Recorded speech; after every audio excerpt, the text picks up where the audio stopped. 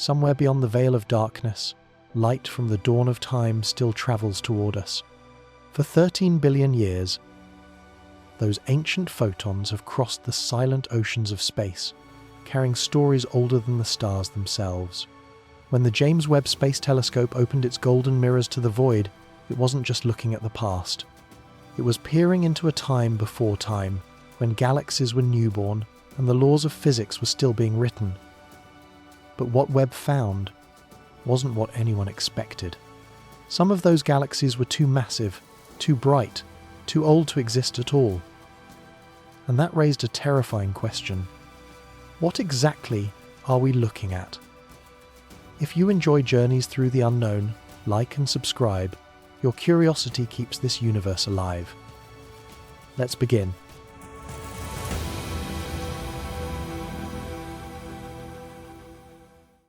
When Webb's first deep field image appeared, astronomers saw galaxies where there should have been none. Their light had travelled over 13.4 billion years, from a time when the universe was still shrouded in cosmic fog. Yet these galaxies glowed with impossible brightness, older, larger, and more complex than theory allowed. Something, somewhere, wasn't adding up. What the James Webb Space Telescope revealed in that single image sent quiet ripples through the halls of science. The faint specks of light, barely distinguishable from the blackness behind them, were not supposed to exist so early in the universe's story. According to our best models, galaxies needed time, hundreds of millions of years, to assemble themselves from the scattered remnants of the Big Bang.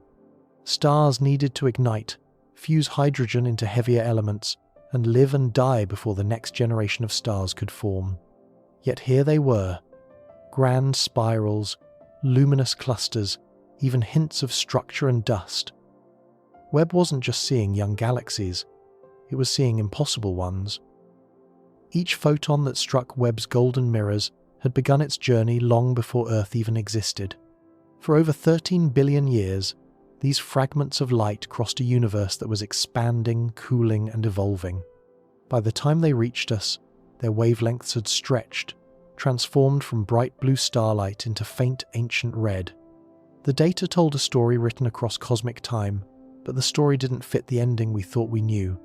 These galaxies were too massive, containing billions of suns worth of matter, yet they had formed in less than 500 million years after the Big Bang.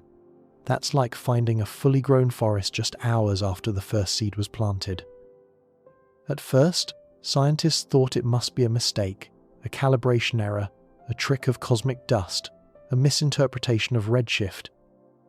But as more images came in, the pattern held. Every observation confirmed the same unsettling truth. The early universe was far more advanced than we had imagined. The cosmos had built complexity faster, denser, and with more precision than our equations could explain. To understand what Webb was seeing, astronomers began re-examining the timeline of creation itself. Could the first stars have formed sooner, perhaps in regions of the universe denser with matter than expected? Could dark matter, the invisible scaffolding of the cosmos, have pulled gas into place more efficiently than we thought? Or, an even stranger idea, could the laws of physics have worked differently in those first incandescent moments after time began? In that deep field image, some saw beauty. Others saw a warning. Because if those galaxies are real, then our entire model of cosmic evolution, our understanding of how structure emerges from chaos, may be incomplete. The universe may have been older in spirit than in age, carrying within it hidden rules, faster mechanisms of growth, or relics from a previous cosmic cycle. The light that shouldn't exist is not just a puzzle of astronomy, it's a whisper from creation itself, telling us that the beginning was not simple. Somewhere in that infinite darkness, between what we see and what we think we know, lies a truth vast enough to remake our understanding of everything. The light travelled across eternity to find us, and now that we've seen it, we can never look away. The James Webb Space Telescope is not just a machine, it's a time traveller. Floating 1 million miles from Earth, it captures light so faint that it reveals the universe as it was mere hundreds of millions of years after the Big Bang. But every image Webb sends home is more than a picture, it's a window into the forgotten past of existence itself. From its position at the Lagrange point, an invisible cradle of gravity where the pull of the Earth and Sun balance perfectly, Webb drifts in perpetual shadow. Its massive sunshield, the size of a tennis court, blocks out the heat of our star, keeping its instruments colder than Pluto's surface. In that icy stillness, it waits, eyes open, staring into the deep infrared, the color of ancient warmth, the glow of the first light ever born. What Webb sees is not the present. It never will be. Every photon it captures is a messenger from the past, a fragment of energy that has been traveling through expanding space since the dawn of time. When Webb looks at a star 1,000 light-years away, it sees that star as it was 1,000 years ago. When it peers at a galaxy from the edge of the observable universe, it witnesses light that began its journey over 13 billion years in the past, long before our planet formed, long before the atoms in your body even existed. In a way, Webb isn't just observing the universe, it's unwrapping it, peeling back layer after layer of time itself.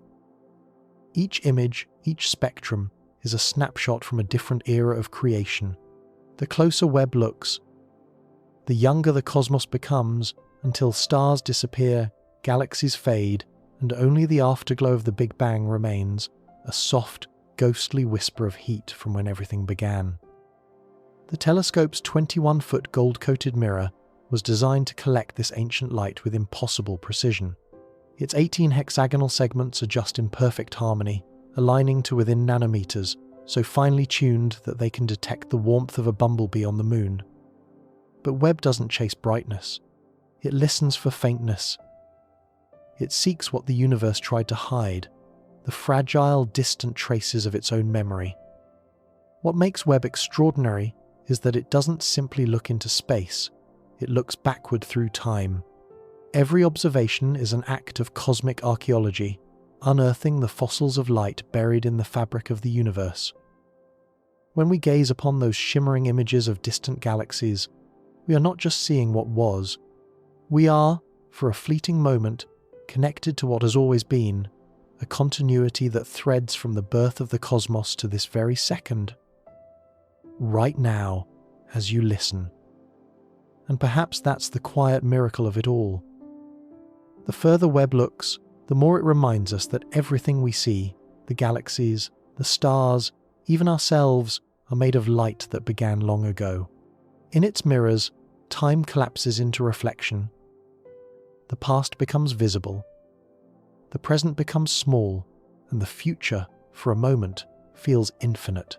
Webb's deep field was humanity's most ambitious gaze into the abyss, a patch of sky no bigger than a grain of sand held at arm's length. Yet within that sliver of darkness, thousands of galaxies shimmered, each one a cosmic island of stars, gas, and dust, each one a chapter in the story of everything. When the first deep field image was unveiled, even the scientists who built the telescope fell silent. They had expected beauty, yes, but not this. What appeared on the screen wasn't emptiness or chaos, but an ocean of light suspended in infinity. Galaxies swirled like jewels scattered across velvet, some bright and near, others faint and ancient. Their glow stretched thin by billions of years of expansion. Every pixel was a window into a different epoch, a different version of the universe. That single image condensed the history of creation into one frame. Some of those galaxies were so far away that their light had begun its journey when the first atoms formed, when the universe itself was still opaque with primordial fog. To see them now was to witness time undone, to look not at where things are, but at where they were when everything began. Each speck of light in the deep field contains billions of stars. Around many of those stars there may be planets. Around some of those planets, perhaps, there are oceans and skies and creatures who look up, wondering, just as we do, if they are alone. The scale of it is both humbling and intimate, because as much as that image shows how small we are, it also shows that we belong to this vastness. We are part of the same story written in light. The deeper Webb peered, the stranger the discoveries became.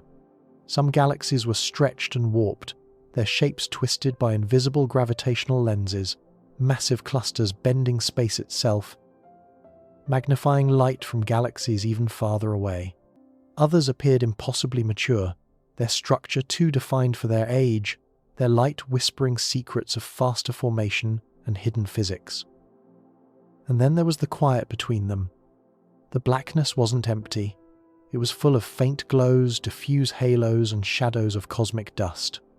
Even in the spaces where no stars shone, there was the echo of energy, the residue of creation's breath. The deep field became more than an image. It was a revelation. It showed us that darkness is never truly dark, that even the most forgotten corner of the sky hums with ancient memory. Every photon in that image had crossed billions of years to meet our gaze, carrying with it the fingerprint of eternity. In the end, Webb's deep field reminded us that the universe doesn't hide its wonders, it simply asks us to look deeper. And when we do, we discover that within even the smallest patch of nothingness lies everything that ever was, everything that ever will be, and everything we have yet to understand. Astronomers expected to find small, primitive galaxies, dim and shapeless. Instead, Webb revealed mature structures, spirals and clusters that shouldn't exist so soon after the Big Bang. They were billions of years too old, and their existence defied every model of cosmic evolution. In the early universe, everything should have been simple.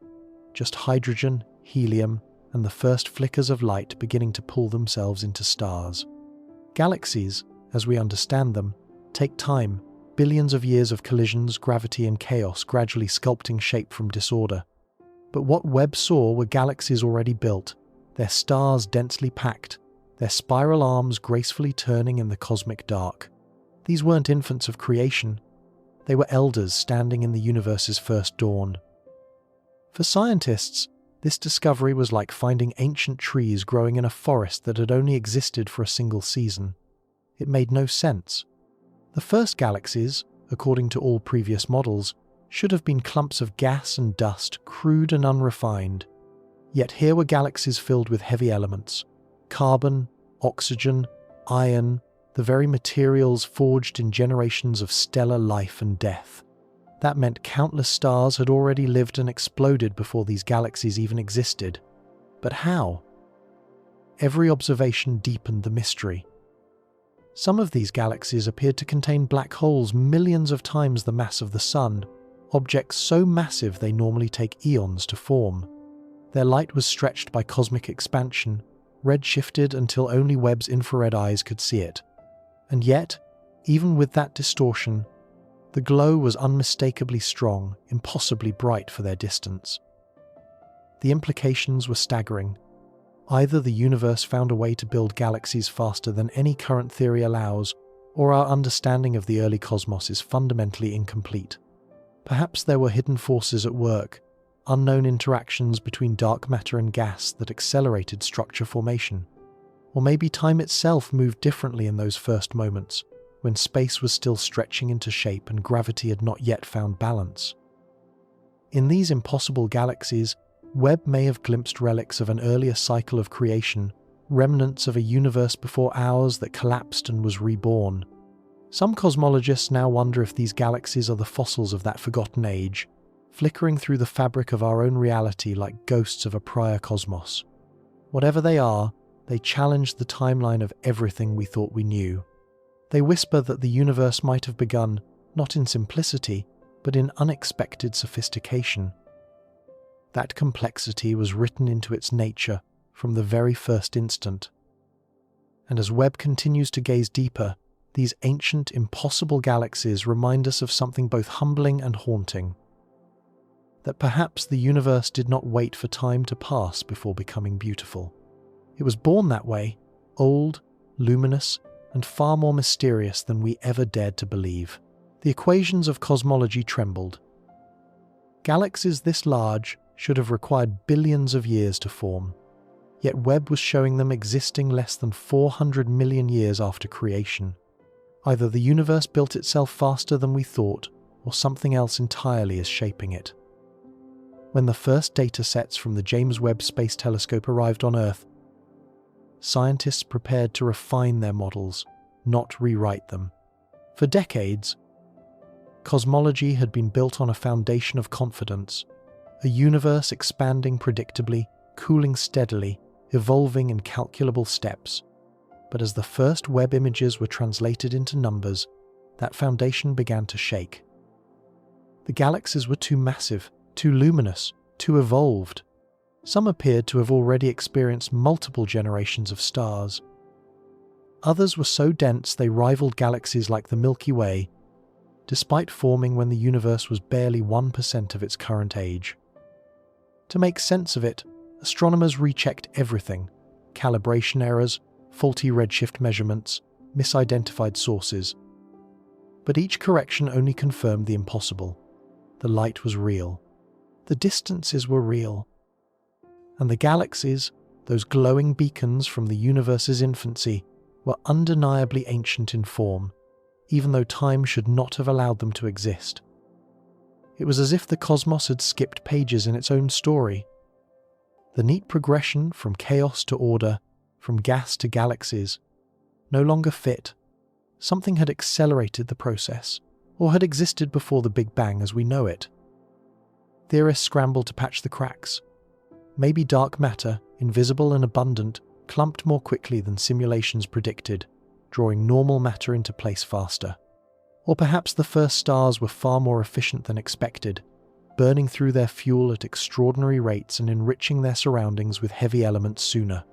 A few even speculated that gravity itself might behave differently under the extreme conditions of the early cosmos, pulling harder, faster, bending time and space in ways our equations fail to capture. But as new data arrived, another possibility emerged, one more unsettling. The light Webb was seeing might not all belong to this universe's timeline. Some patterns in the data hinted at distortions too precise to be random, too consistent to ignore. What if these galaxies are not simply old, but echoes? Shadows cast by structures beyond our cosmic horizon, mirrored into our view by the warping of space-time itself?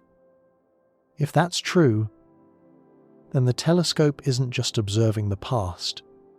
It's glimpsing the edge of understanding, where physics begins to blur into something deeper. In breaking our theories, Webb didn't fail us, it freed us. It reminded humanity that even our best equations are only stories written to explain what little we can see. The universe, vast and patient, has no obligation to fit within them. And perhaps that's the true beauty of discovery. Every time we believe we've grasped the full shape of reality, the cosmos leans a little closer and in a whisper, older than time itself, says, "Not yet." In the early days, the cosmos should have been simple: hydrogen clouds, dark matter halos, the faint glow of the first stars. But Webb's findings suggest a universe that matured too quickly, as though something was accelerating cosmic evolution from the shadows. The earliest universe was supposed to be slow, a cosmic nursery where gravity patiently gathered matter into the first fragile clusters. Stars would ignite, die, and enrich their surroundings, paving the way for the grand spiral galaxies we see today. But the James Webb Space Telescope revealed something far more restless. The galaxies it observed were not tentative beginnings. They were vibrant, massive, and shockingly organized. The cosmic clock, it seemed, had ticked forward faster than anyone expected. If our models are right, the first few 100 million years after the Big Bang should have been a calm prelude, a quiet era before the fireworks of galactic formation. Yet Webb showed us the opposite. The early universe was bursting with light, collisions, and creation. In regions that should have been dark, it saw the gleam of ancient starlight. In places that should have been chaotic, it found structure. It was as if something unseen had pressed fast forward on the unfolding of time. Scientists began to suspect that the story of cosmic evolution was more intricate than the equations suggested. Maybe it interacted with itself, forming dense clumps that pulled gas inward at incredible speed. Or maybe the primordial conditions after the Big Bang were tuned differently. Slightly more dense, slightly more energetic, allowing matter to organize with astonishing efficiency. There's also the stranger possibility that something entirely new influenced that early era. A hidden force, beyond dark matter and dark energy, shaping the rhythm of creation. Some physicists have speculated about dark radiation or early dark energy, subtle effects that could have nudged the cosmos into growing faster, brighter, older than expected. Others whisper of exotic particles, left over from the first moments after the Big Bang, that may still echo in the universe's deep background. But beyond equations and theories lies a quieter question, one that Webb itself seems to ask each time it opens its eyes. Why does the universe seem so eager to become? In its infancy, it rushed toward complexity, weaving galaxies from nothing as though impatient to awaken. Perhaps this rapid growth is not an error but a signature, evidence that creation itself is not a random event but a natural instinct of the cosmos, an urge to organize, to evolve, to see itself reflected in the structures it builds. The universe that grew too fast reminds us that time, as we understand it, might not be constant. It might stretch and contract, quicken and pause, flowing not like a straight river but like a tide, guided by forces still hidden from us. And as we look deeper through Webb's golden eyes, we may one day learn the truth, that what seemed like acceleration was in fact the heartbeat of the universe itself, pulsing, growing, alive. Light is patient. It carries the fingerprints of time across unimaginable distances. But when Webb analyzed these photons, their redshift, the stretching of light by cosmic expansion, didn't align with expectations. It was as if the light itself had taken a different path through time. Each photon Webb captures is a relic, a survivor of creation's earliest days. Born in the hearts of the first stars, these particles of light have wandered through billions of years of expansion, distortion, and collision. Along the way, they've been stretched by the universe's growth, transformed from brilliant ultraviolet flashes into the faint red glow of ancient fire. Every shade tells a story, how far the light has traveled, how fast space has expanded, and how matter has bent the journey along the way. But Webb began to notice something strange. In some regions, the redshift didn't match the model. Galaxies that should have appeared farther away looked closer. Others, too dim to belong to their apparent distance, shone with unexpected intensity. The numbers, precise, relentless, unforgiving, suggested that something was interfering with the light itself. Perhaps these photons weren't just stretched, they were detoured. As they crossed the web of the cosmos, their paths may have been twisted by vast gravitational fields, by invisible dark matter, or even by ripples in space-time left from cosmic inflation. Each detour adds uncertainty, bending not only the light's trajectory, but also our understanding of where and when it began. The idea is unsettling. For decades, astronomers have treated redshift as a cosmic clock, a reliable measure of distance and time. But what if that clock is slightly broken? What if the expansion of the universe isn't perfectly uniform, but tugged and twisted by hidden structures, massive filaments of matter we cannot see? Webb's exquisite sensitivity might be revealing that the universe is not expanding smoothly at all, but unevenly, like a fabric stretched tighter in some directions than others. And then there is a more speculative possibility, one that whispers from the edges of theoretical physics. What if light, over vast cosmic scales, interacts with itself in ways we've never observed? If photons can scatter through the quantum foam that underlies reality, they might lose or gain tiny fragments of energy along the way, shifting their color and confusing our cosmic map. Whatever the cause, the mystery of ancient light is more than a puzzle of physics. It's a reminder of how fragile our understanding really is. We measure, we model, we trust the universe to behave according to rules. But the deeper we look, the more we realize those rules may change across the ages. Somewhere in that faint, stretched glow, there may be clues not only to the universe's past, but to its hidden architecture, the unseen forces sculpting its evolution. Light, after all, remembers everything. And perhaps, as Webb stares into that infinite red ocean, what it's truly uncovering is not just ancient light, but the secret history of reality itself. a story still being written, photon by photon, across the endless dark. Between galaxies, Webb detected faint arcs of distorted light, gravitational lenses bending space itself. These invisible hands hinted at colossal structures made not of stars or planets, but of dark matter, sculpting the universe in silence. To the human eye, the void between galaxies seems empty, a stretch of endless black separating islands of light. But Webb revealed that this darkness is far from vacant. Subtle curves of light, stretched and magnified, trace the fingerprints of something vast and unseen. These delicate distortions, known as gravitational lenses, are the universe's own magnifying glass, a warping of space-time caused by immense invisible mass. Einstein first predicted it. Light, when passing near something massive, bends like a river flowing around a stone. Webb's mirrors have turned that theory into art, capturing the faint arcs and shimmering halos created by entire clusters of galaxies bending light from those even farther away. But what's doing the bending isn't always visible.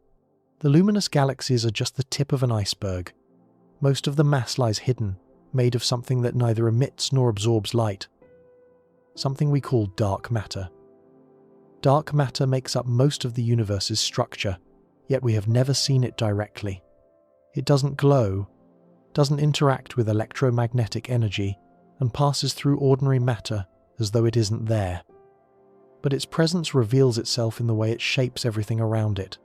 Where light curves, where galaxies cluster, where gravity pulls without a visible source, that's where dark matter lurks.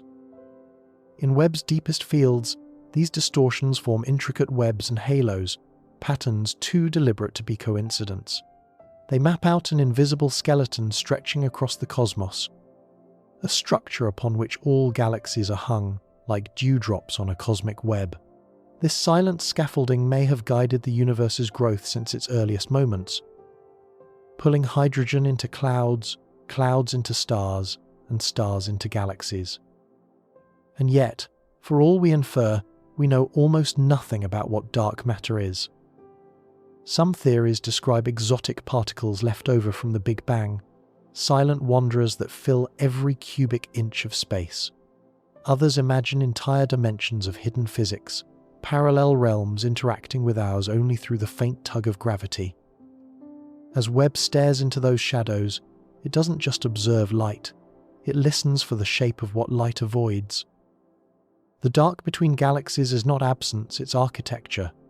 A silent language written in gravity, invisible yet essential, the unseen frame upon which reality itself hangs. Perhaps that's what makes Webb's observations so haunting. In revealing the beauty of distant galaxies, it also reveals how much of the universe remains unseen. For every star that burns, there are countless shadows holding it in place. The cosmos is not made of light alone, it is built from the quiet gravity of things that refuse to be known. And in those faint arcs of distortion, in the whispers between galaxies, we may finally be glimpsing the invisible hands that shaped everything we have ever loved, feared, or wondered about. The universe, it seems, was never empty. It was simply waiting to be seen. Dark matter cannot be seen, yet it makes up 85% of the universe's mass. Webb's images revealed how it pulls galaxies into existence, shaping them like invisible clay. But the precision of this cosmic architecture suggests intention. Patterns too orderly for chaos alone. When we look at the universe, we see light, the glitter of stars, the glow of nebulae, the soft haze of galaxies suspended in the dark. But light is only the decoration, the visible thread woven over a deeper framework. Beneath it lies a silent architecture of gravity and shadow, sculpted not by stars but by something unseen. Webb's deep-field observations trace the contours of this hidden structure through the faint distortions of light, arcs, curves, and clusters that map an invisible landscape more intricate than any constellation. This unseen substance, dark matter, is the quiet craftsman of the cosmos. It neither shines nor reflects, yet it molds everything that does. In the early universe, it gathered first, long before stars existed, pulling hydrogen into its gravitational embrace, guiding matter toward the blueprints of galaxies that would one day ignite. Without dark matter's steady pull, the universe would be formless, a diffuse mist of lonely atoms drifting forever apart. Webb's images revealed the fingerprints of these hidden architects. The galaxies didn't scatter randomly.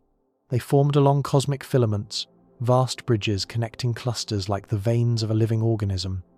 In those patterns, we see a kind of symmetry, a web of creation stretching across hundreds of millions of light years, repeating itself on every scale. From the smallest satellite galaxies orbiting the Milky Way to the immense clusters at the edge of the observable universe, everything follows this same invisible design. It's difficult not to see a kind of purpose in that order. The way galaxies form at the nodes of the cosmic web, the way their arms spiral in graceful proportion, the way gravity itself seems to balance chaos with elegance. It all suggests that the universe doesn't simply happen, it builds. Some astrophysicists propose that this structure arises naturally from the physics of cold, dark matter. Particles moving slowly enough to clump together under gravity. Others suggest more exotic explanations. Perhaps dark matter interacts through forces we don't yet understand, aligning itself into self-organizing patterns, like frost forming on glass, guided by unseen laws of symmetry. And yet, beyond the mathematics, Webb's observations stir something older, a sense of awe. Because if dark matter truly shapes every galaxy, every star, every world, then the same invisible hands that sculpted the Milky Way also shaped us. The atoms in our bodies, the light in our eyes, all settled into place under the influence of that silent framework. We are the children of shadow as much as of light. In the end, Webb may never see dark matter directly, but it doesn't need to. The evidence is written everywhere, in the geometry of galaxies, in the balance of forces, in the cosmic choreography of creation. The universe's hidden architects work quietly, endlessly, with patience beyond time, and through Webb's golden eye, we've only just begun to glimpse their design, a design too intricate, too deliberate, to be dismissed as chance. In one deep observation, Webb found galaxies so faint and redshifted that they seem to exist beyond the observable universe itself. If true, that would mean light is reaching us from a realm older than time, a paradox that shouldn't be possible. The observable universe is not infinite. It has a horizon, a limit set by the speed of light and the age of existence itself. Beyond that boundary, light hasn't had enough time to reach us since the Big Bang. In essence, anything beyond that distance should be unknowable, forever hidden behind the curtain of time. And yet, when Webb looked deeper than any telescope before it, faint smudges of red light appeared, far past where any galaxy should be. At first, astronomers thought these might be artifacts, glitches in data processing, stray reflections, or the combined glow of multiple faint objects masquerading as one. But as Webb repeated its gaze, the same ghostly shapes appeared again. Their redshift values were staggering, so extreme that they implied distances older than the universe should allow. These galaxies seemed to exist at a time before galaxies were even possible. If these findings hold true, they would upend one of the most fundamental boundaries in cosmology, the age and size of the universe. Some theories suggest these impossible galaxies might be illusions created by gravitational lensing, their light warped and magnified by invisible masses along the way. Others propose they could be echoes, light bent backward through the curvature of space-time, perhaps reflected from regions beyond our cosmic horizon. But there's a stranger possibility still. What if the universe isn't as simple as a single timeline expanding outward from the Big Bang? Some physicists have long suspected that the early universe may have been connected to other regions through quantum bridges, tiny wormholes or tunnels linking separate pockets of space-time. If even a few of those pathways endured, faint whispers of light from another cosmic region might still leak through, appearing to us as galaxies that shouldn't exist. In that interpretation, Webb isn't just peering into the past, it's glimpsing across boundaries. The light it sees might not come from our universe as we know it, but from another part of the cosmic fabric, woven just beyond our reach. And yet, there's something poetic in that notion. For as long as humans have looked up, we've assumed there was a limit, a point where sight ends, where time begins. But the galaxies that should be gone defy that comfort. They suggest that reality may be wider, older, and more connected than our senses can comprehend. Each faint red shimmer is a message written before history, before stars, before matter, as we understand it. These ancient lights, crossing impossible gulfs, remind us that perhaps there is no edge, that the universe doesn't simply expand into nothing, but folds back on itself in ways our minds can barely imagine. Somewhere out there, beyond where our light fades, something watches back, its glow faint, ancient, and impossible. The galaxies that should be gone aren't gone at all. They are the echoes of eternity, still reaching out across the dark. Amid the ancient haze, Webb detected the faint flicker of population 3 stars, the first stars ever born. Composed of pure hydrogen and helium, they burned hotter than any star today. Their brief lives seeded the cosmos with the elements that would someday create us. These were the universe's first torches, igniting in a sea of darkness that had never before known light. When the Big Bang faded, the cosmos was filled with a dense fog of hydrogen gas, cooling and drifting through the newborn expanse. For hundreds of millions of years, there were no stars, no galaxies, only silence. Then, within the densest clouds, gravity found its rhythm. Atoms clumped together, compressing, heating, until suddenly the universe took its first breath of fire. The first stars, population 3, were nothing like the gentle suns that warm modern worlds. They were titans, hundreds, even thousands of times more massive than our sun, burning with blinding intensity. Their heat was so fierce it split atoms apart, reshaping the chemistry of the cosmos. Yet their brilliance came at a cost. They lived fast and died young, some lasting only a few million years, an instant on the cosmic clock. When these colossal stars reached the end of their lives, they exploded in cataclysmic supernovae, scattering the first heavy elements into the void. Before them, the universe contained only hydrogen, helium, and traces of lithium, simple ingredients, unable to form worlds or life. But those explosions changed everything. They forged carbon, oxygen, nitrogen, iron, the building blocks of planets, oceans, and biology. In their deaths, these ancient suns gave the universe color, chemistry, and complexity. Webb's instruments, tuned to the faintest infrared glow, caught the fingerprints of this transformation, the first signs of starlight breaking through the cosmic fog. It wasn't direct observation. The population 3 stars themselves are long gone. But their radiation, their ashes, their influence remain imprinted on the galaxies that followed. Each spectrum Webb captured carried the echoes of those primordial fires, the first illumination of an awakening universe. For astronomers, detecting traces of these stars was like hearing the heartbeat of creation. They represent the bridge between nothing and something, the moment when the universe shifted from emptiness to light. Every galaxy that exists today, every element in your body, can trace its lineage to that first generation. The carbon in your cells, the oxygen you breathe, the iron in your blood, all born from the deaths of stars that no human eye will ever see. It's a humbling realization. Before the first stars, there was no way for the universe to know itself. But when they ignited, the cosmos gained its first mirrors. Light reflecting light, atoms recognizing atoms. The glow of the first stars was not merely illumination, it was self-awareness, the beginning of memory. And even now, billions of years later, that ancient light still travels through the dark, whispering of beginnings long past.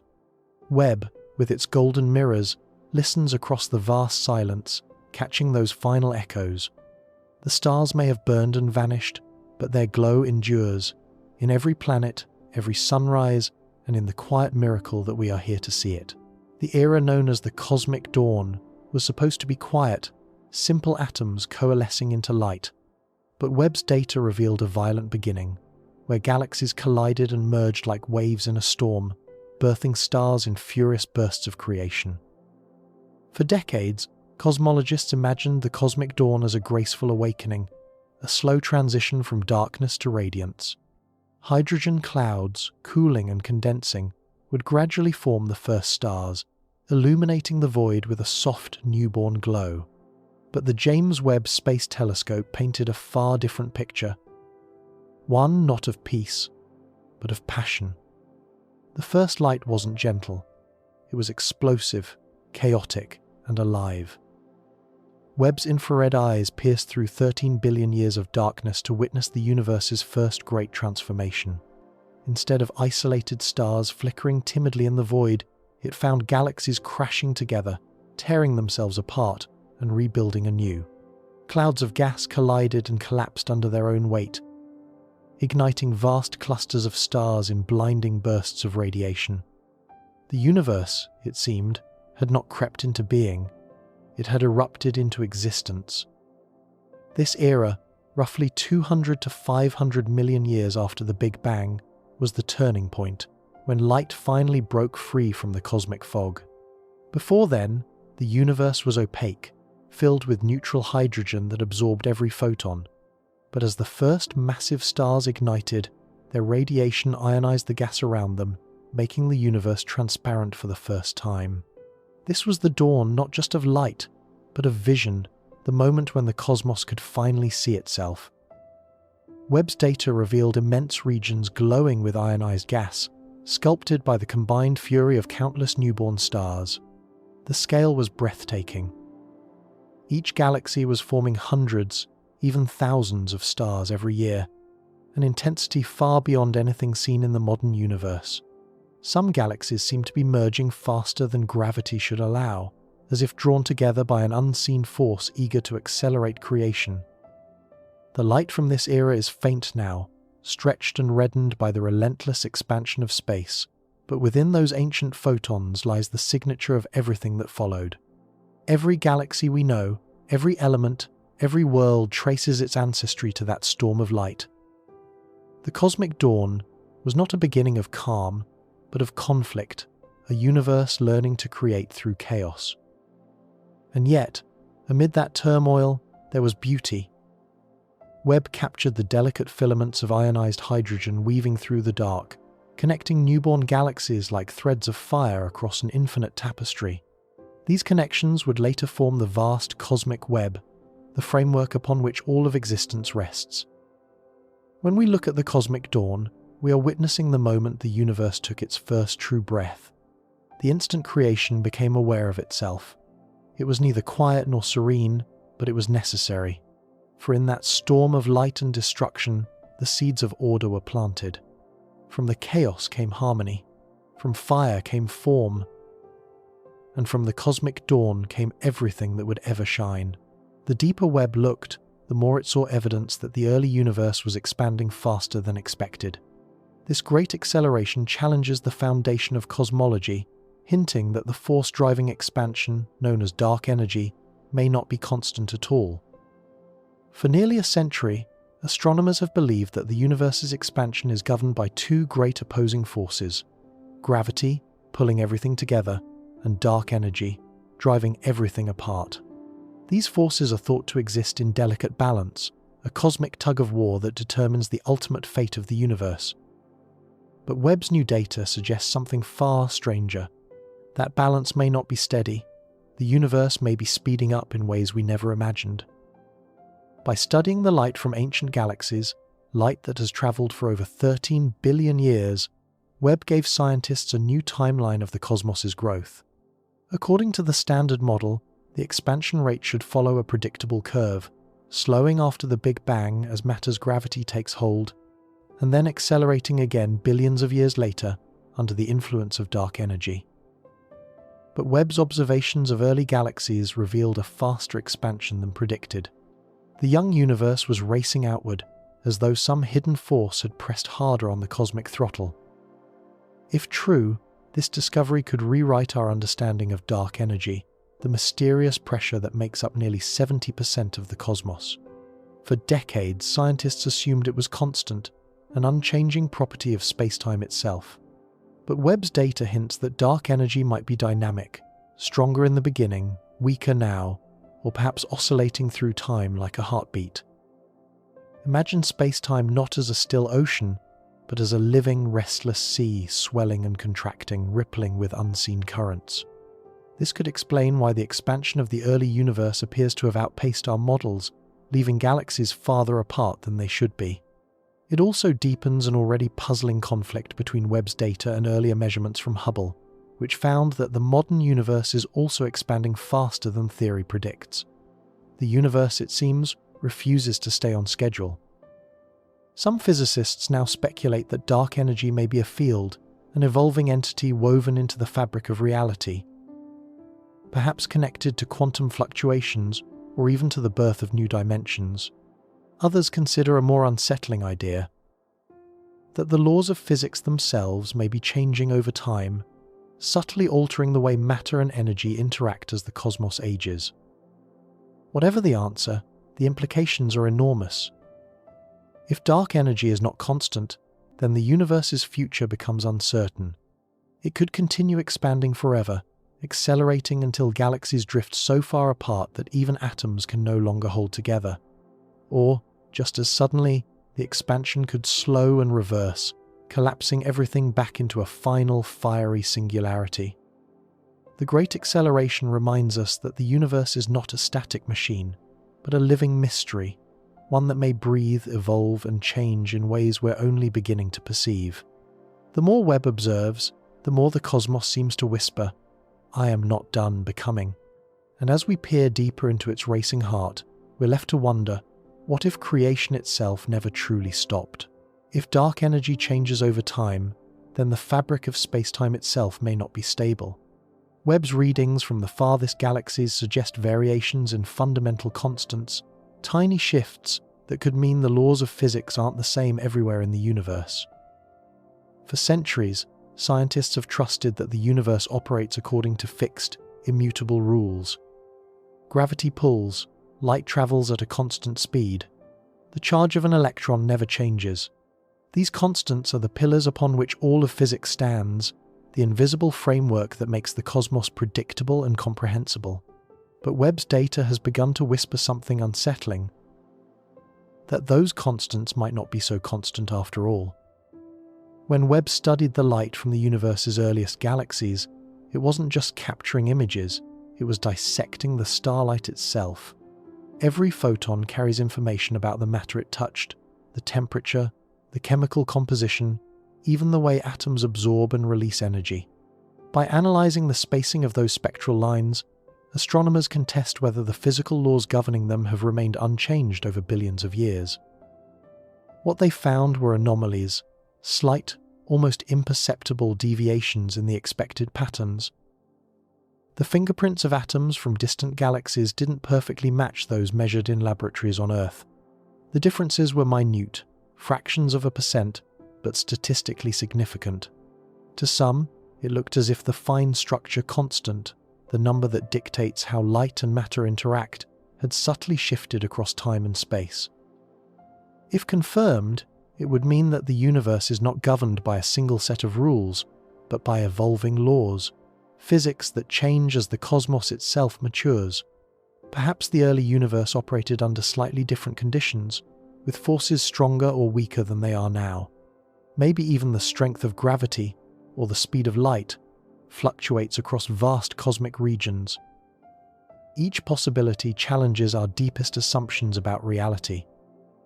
It's tempting to dismiss these variations as measurement errors, artifacts of calibration or cosmic dust. But Webb's instruments are unmatched in precision. When multiple, independent observations begin to hint at the same pattern, something profound may be emerging. A glimpse into a universe that is not perfectly uniform, but alive with gradients of possibility. Imagine a reality where the fundamental constants drift like tides, where certain regions of space obey slightly different rules, producing galaxies with unfamiliar chemistry, stars that burn in alien ways, and perhaps even forms of matter that could never exist here. Such variations could mean the cosmos isn't a single, seamless fabric, but a patchwork quilt stitched together from domains of slightly different physics. Some theorists go even further. They propose that these shifts may mark the boundaries between cosmic bubbles, each with its own version of the laws of nature, a multiverse not separated by distance, but by differing rules of existence. Where Webb peers deepest, perhaps it's glimpsing the seams between realities themselves, the subtle ripples where one physical order gives way to another. Whether illusion or revelation, these findings force a humbling truth upon us. The cosmos may not be a perfect machine. It may be a living, evolving entity rewriting its own rules as it expands. And if even the laws of physics can change, then reality itself is not fixed. It's fluid, dynamic, and more mysterious than we can possibly imagine. Somewhere out there, across billions of light years, the universe may already be playing by a different set of rules. Among the galaxies, Webb saw a faint, diffuse glow, a background illumination that shouldn't exist. Scientists call it intra-halo light, but some whisper it might be something stranger. The scattered radiation of countless unseen worlds. When Webb first captured its deepest infrared images, astronomers expected to find light concentrated within galaxies, contained, structured, explainable. Instead, they discovered a soft haze filling the spaces between them, a subtle background glow that refused to fade even when all known sources of light were accounted for. It wasn't starlight, not entirely. It wasn't the echo of distant quasars or the warm afterglow of the Big Bang. This was something else, something faint, persistent, and everywhere. To the untrained eye, this ghost light might seem unremarkable, barely a shimmer against the black. But for scientists, it's one of the universe's quietest riddles. Even after subtracting all known galaxies, stars, and interstellar dust, the glow remained, a cosmic whisper suggesting that the night sky is not as dark as it should be. The leading explanation is that this intra-halo light comes from stars adrift between galaxies, orphans cast away by cosmic collisions. When galaxies merge, tidal forces tear some stars free, sending them drifting through intergalactic space. Over billions of years, their collective glow could form a dim, uniform background, an invisible ocean of lonely suns scattered across the void. But Webb's sensitivity revealed something that complicates that story. The brightness of the ghost light doesn't quite match the predicted contribution from stray stars. There's too much of it, and it's too smooth. Some regions shine with a faint coherence, as if the light was structured, guided by unseen patterns. It's as though the darkness itself is glowing, ever so slightly. One hypothesis suggests that we might be seeing the faint radiation of rogue planets, worlds without stars, wandering the cold void. There could be trillions of them, each reflecting a glimmer of starlight or emitting a trace of heat as they drift endlessly between galaxies. Individually invisible, but together, they could weave this diffuse, haunting illumination across the cosmic expanse. Others speculate that the ghost light might come from something even more exotic, decaying dark matter. Some theoretical particles could slowly disintegrate over billions of years, releasing faint photons in the process. If true, this glow could be our first indirect glimpse of the dark matter that forms the hidden structure of the cosmos, the invisible made visible through its quiet decay. And then, there's the most haunting idea of all, that this light isn't coming from our universe at all. Some cosmologists wonder if the ghost light could be leakage, radiation bleeding through from neighboring regions of a larger multiverse, faint echoes of other realities overlapping with our own. Whatever its source, the ghost light reminds us that the universe is never truly dark. Even in the most silent corners of space, there is a faint shimmer of connection, tiny, persistent embers of something greater. Perhaps it's the memory of creation, still glowing softly after billions of years. In that delicate haze between galaxies, Webb may have found not emptiness, but the lingering heartbeat of the cosmos. A light that refuses to go out, whispering that even in the deepest dark, something always remains. For every galaxy Webb detected, models predicted dozens more. Where were they hiding? Were they cloaked by dust, devoured by black holes, or simply erased by time? The deeper we look, the more we realize how much remains invisible. In theory, the early universe should have been bursting with light. Simulations suggest that by a few 100 million years after the Big Bang, countless small galaxies, tiny star factories, should have filled the cosmos. These early systems were thought to be the seeds that later merged into the massive spirals and ellipticals we see today. But Webb's breathtakingly deep views, capable of revealing galaxies faint beyond imagination, showed something unexpected. The universe was emptier than we thought. Where countless galaxies should have been, there were gaps, regions of silence between the faint lights. The models, tested and refined for decades, seem to have overestimated the population of young galaxies. Webb's unparalleled vision, able to see light from the earliest epochs, was finding fewer of them. For astronomers, it was as though a page had been torn out of the cosmic story. At first, the explanations were practical. Perhaps the galaxies were there but hidden, shrouded behind veils of cosmic dust. In the early universe, intense star formation produced vast clouds of carbon and silicate grains, which can obscure starlight even from the most powerful instruments. If these baby galaxies were wrapped in that darkness, Webb might be seeing only their faintest outlines, the soft edges of a light smothered by its own creation. Another possibility was far more dramatic. Some of the earliest galaxies may have collapsed inward, consumed by the black holes forming at their centers. In their infancy, these monstrous objects could have devoured their host galaxies faster than they could grow, leaving behind only the faint gravitational echoes that Webb now detects. A universe of galaxies born too fast and dying just as quickly. And then came the stranger theories. Maybe our simulations were built on an incomplete map of the cosmos.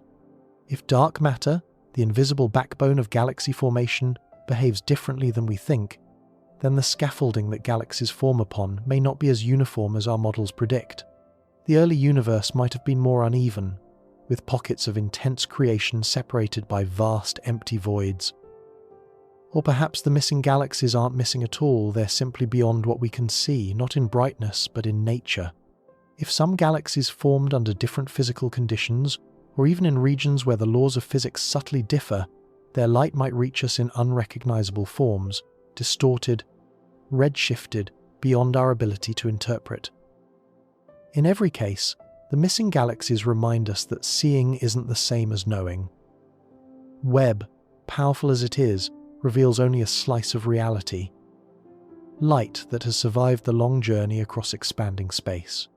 The rest, perhaps most of it, lies hidden behind horizons we have yet to breach. And that's the paradox of discovery. The clearer our vision becomes, the more we realize how much lies in the dark. The missing galaxies aren't just a question of observation. They're a mirror held up to our own limits, whispering that even with eyes that see through time itself, we are still only beginning to understand how vast the unseen truly is. For every galaxy Webb detected, models predicted dozens more. Where were they hiding? Were they cloaked by dust, devoured by black holes, or simply erased by time? The deeper we look, the more we realize how much remains invisible. In theory, the early universe should have been bursting with light. Simulations suggest that by a few 100 million years after the Big Bang, countless small galaxies, tiny star factories, should have filled the cosmos. These early systems were thought to be the seeds that later merged into the massive spirals and ellipticals we see today. But Webb's breathtakingly deep views, capable of revealing galaxies faint beyond imagination, showed something unexpected. The universe was emptier than we thought. Where countless galaxies should have been, there were gaps, regions of silence between the faint lights. The models, tested and refined for decades, seem to have overestimated the population of young galaxies. Webb's unparalleled vision, able to see light from the earliest epochs, was finding fewer of them. For astronomers, it was as though a page had been torn out of the cosmic story. At first, the explanations were practical. Perhaps the galaxies were there but hidden, shrouded behind veils of cosmic dust. In the early universe, intense star formation produced vast clouds of carbon and silicate grains, which can obscure starlight even from the most powerful instruments. If these baby galaxies were wrapped in that darkness, Webb might be seeing only their faintest outlines, the soft edges of a light smothered by its own creation. Another possibility was far more dramatic. Some of the earliest galaxies may have collapsed inward, consumed by the black holes forming at their centers. In their infancy, these monstrous objects could have devoured their host galaxies faster than they could grow, leaving behind only the faint gravitational echoes that Webb now detects. A universe of galaxies born too fast and dying just as quickly. And then came the stranger theories. Maybe our simulations were built on an incomplete map of the cosmos. If dark matter, the invisible backbone of galaxy formation, behaves differently than we think, then the scaffolding that galaxies form upon may not be as uniform as our models predict. The early universe might have been more uneven, with pockets of intense creation separated by vast empty voids. Or perhaps the missing galaxies aren't missing at all, they're simply beyond what we can see, not in brightness, but in nature. If some galaxies formed under different physical conditions, or even in regions where the laws of physics subtly differ, their light might reach us in unrecognizable forms, distorted, redshifted, beyond our ability to interpret. In every case, the missing galaxies remind us that seeing isn't the same as knowing. Webb, powerful as it is, reveals only a slice of reality. Light that has survived the long journey across expanding space. The rest, perhaps most of it, lies hidden behind horizons we have yet to breach. And that's the paradox of discovery. The clearer our vision becomes, the more we realize how much lies in the dark. The missing galaxies aren't just a question of observation. They're a mirror held up to our own limits, whispering that even with eyes that see through time itself, we are still only beginning to understand how vast the unseen truly is. Webb's instruments picked up quasars, galaxies powered by black holes billions of times the mass of our Sun. But these titans existed impossibly early, within the universe's first 500 million years. How could monsters that massive form so soon after the dawn? Black holes are supposed to be the aftermath of time, the slow, patient consequence of stellar death. Over cosmic eons, they feed and grow, devouring stars and gas, merging with one another until they become the colossal engines that power galaxies. That's how it should work, how it must work, according to every theory we've written. But Webb's observations told a different story. The telescope detected brilliant quasars, blindingly luminous beacons at the centers of young galaxies, powered by supermassive black holes weighing billions of solar masses. And they existed far too early in the universe's timeline. At just a few 100 million years after the Big Bang, there simply shouldn't have been enough time for gravity to build something so enormous. It's as if the cosmos skipped a few steps, jumping straight from the birth of the first stars to the reign of giants. These ancient black holes, glowing with energy as they consumed surrounding matter, illuminated the dark ages of the universe. Their light outshone their entire host galaxies, carving holes in the cosmic fog and seeding the early cosmos with heavy elements and radiation. But their existence raises a fundamental question. How did they form so fast? Some astronomers suggest they may have been born not from stars, but directly from collapsing clouds of primordial gas, an idea known as direct collapse black holes. These massive clouds, tens of thousands of times larger than the Sun, could have bypassed the normal stellar process entirely, collapsing straight into black holes within mere millions of years after the Big Bang. Others theorize that the early universe may have hosted exotic forms of matter or gravitational conditions that allowed black holes to grow at unprecedented rates. Perhaps collisions between young galaxies funneled gas into dense cores, feeding the central black holes faster than physics should allow. Or maybe the laws governing gravity themselves behaved differently in the universe's youth, bending space-time more violently than they do today. Webb's discovery of these early quasars is more than an astronomical curiosity. It's a revelation about the universe's appetite for creation and destruction.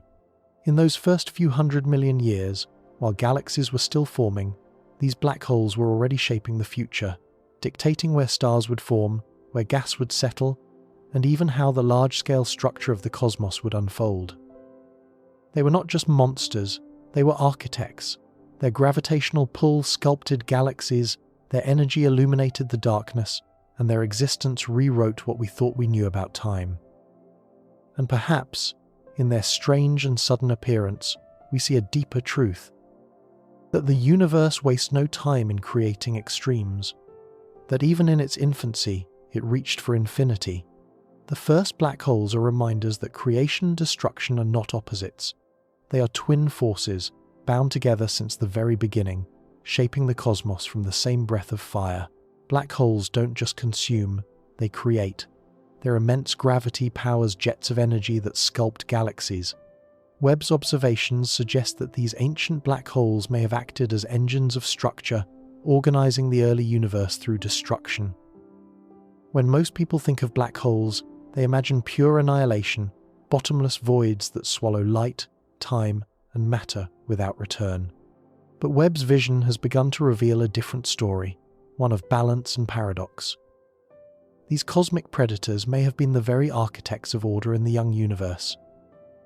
At the hearts of the earliest galaxies Webb observed, black holes were not dormant.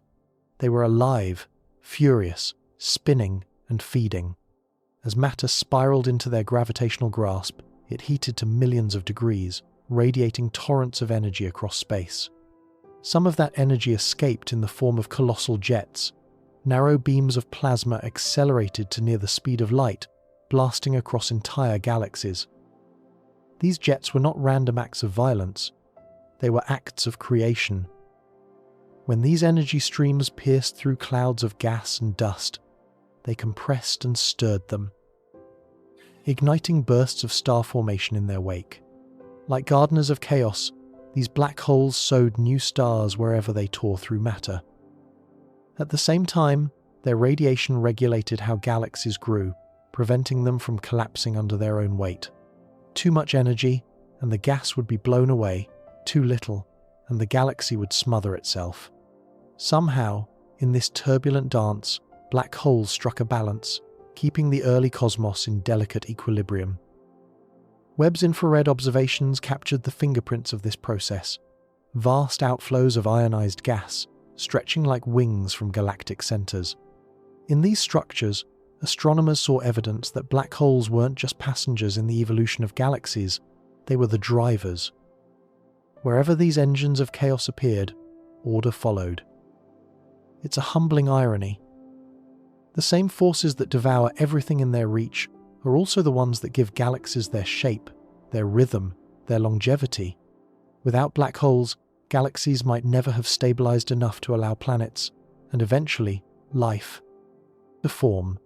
We owe our existence, in part, to the very things that embody cosmic destruction. Some scientists now suspect that the earliest black holes might even have influenced the large-scale structure of the universe itself. Their immense energy outflows could have carved voids in the surrounding matter, seeding the cosmic web, the vast lattice of filaments and clusters that stretches across the observable universe. If that's true, then the black holes Webb observes are not merely remnants of chaos, they are its composers. In the end, creation in the universe has always been messy. Stars are born in violence, galaxies in collision, and life itself in the residue of cosmic fire. Webb's discoveries remind us that destruction and creation are two sides of the same law, that chaos is not the enemy of order, but its architect. The first black holes were not the end of something, they were the beginning of everything structured, luminous, and alive. They were the heartbeats of a young universe learning to shape itself through the beautiful symmetry of destruction. If light can be bent by gravity, could time itself be distorted by the same forces? Some of Webb's anomalies suggest regions where time moved differently, galaxies that appear older than the universe should allow. Are we glimpsing echoes of another cosmic cycle? Einstein once taught us that time is not absolute, it flows and flexes with gravity. The stronger the gravitational field, the slower time moves. Near black holes, it almost stops entirely.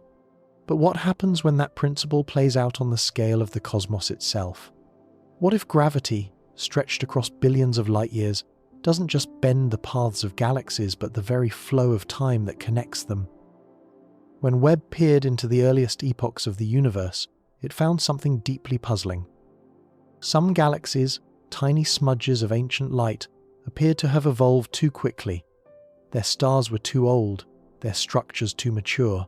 According to our best estimates, they should have had only a few 100 million years to form, yet their chemical fingerprints suggested billions.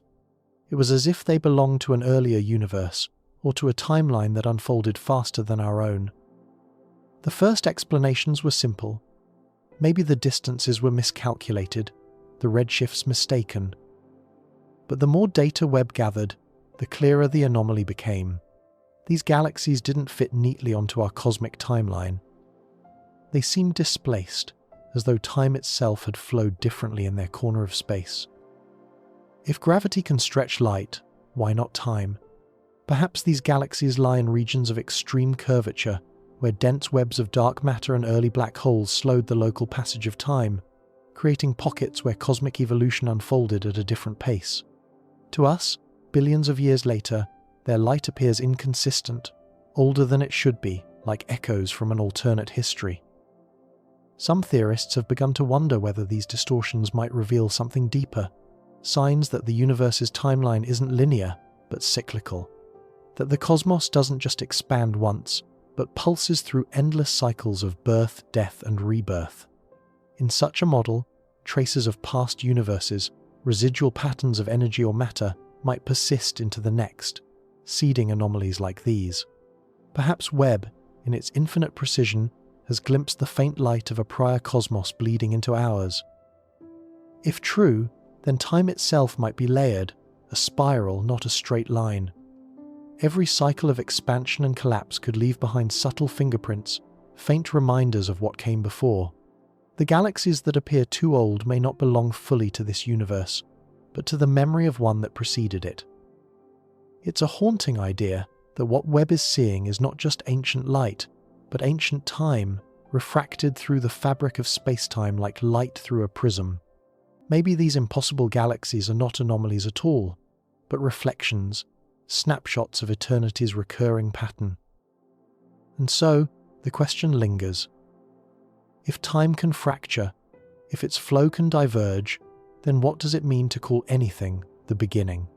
Perhaps the universe we see isn't the first, or the last, but one note in an endless cosmic symphony, where time itself repeats the melody of creation, again and again. Webb's mirrors reflect not only light, but truth. Yet each reflection bends through 13 billion years of distortion. The deeper we look, the less certain we become that what we're seeing is real, and the more it feels like the universe is looking back. When the James Webb Space Telescope unfolds its golden petals in the silence of space, it becomes something more than an instrument. It becomes a mirror to time itself. Each of its 18 hexagonal segments works together with exquisite precision, reflecting the faintest photons ever captured by human hands. Those photons, having travelled across epochs, carry the memory of creation. But like all mirrors, Webb does not show reality as it is, only as it was, refracted through the endless distortions of distance, gravity, and time. Every image Webb sends home is a masterpiece of illusion. Galaxies appear warped and stretched, their shapes moulded by gravitational lenses, massive objects bending space like glass. Colours are shifted far beyond human vision, translated from invisible infrared into hues our eyes can understand. Even the brightest stars we see in those breathtaking mosaics are long dead, their light arriving centuries or millennia too late. What we call seeing is, in truth, an act of translation, a reconstruction of what once was.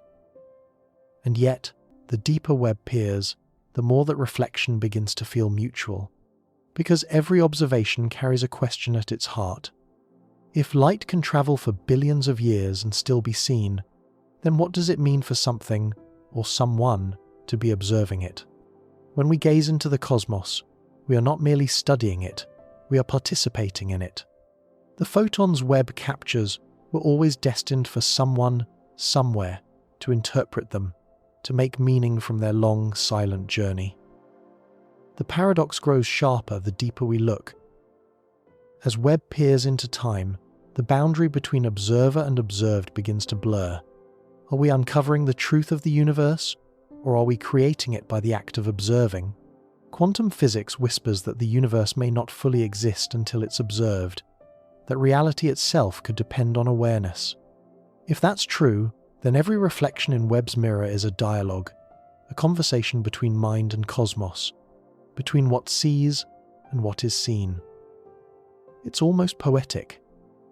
As Webb stares outward, its mirrors gleam with the light of ancient stars, light that left its source before consciousness even existed here to receive it. In that sense, the telescope is not only looking into the past, but also into the origin of its own ability to look.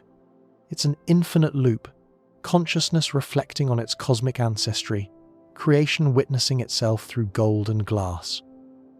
Perhaps that's why the images feel so hauntingly alive. Each reflection Webb gathers is a ghost, a piece of time preserved in motion.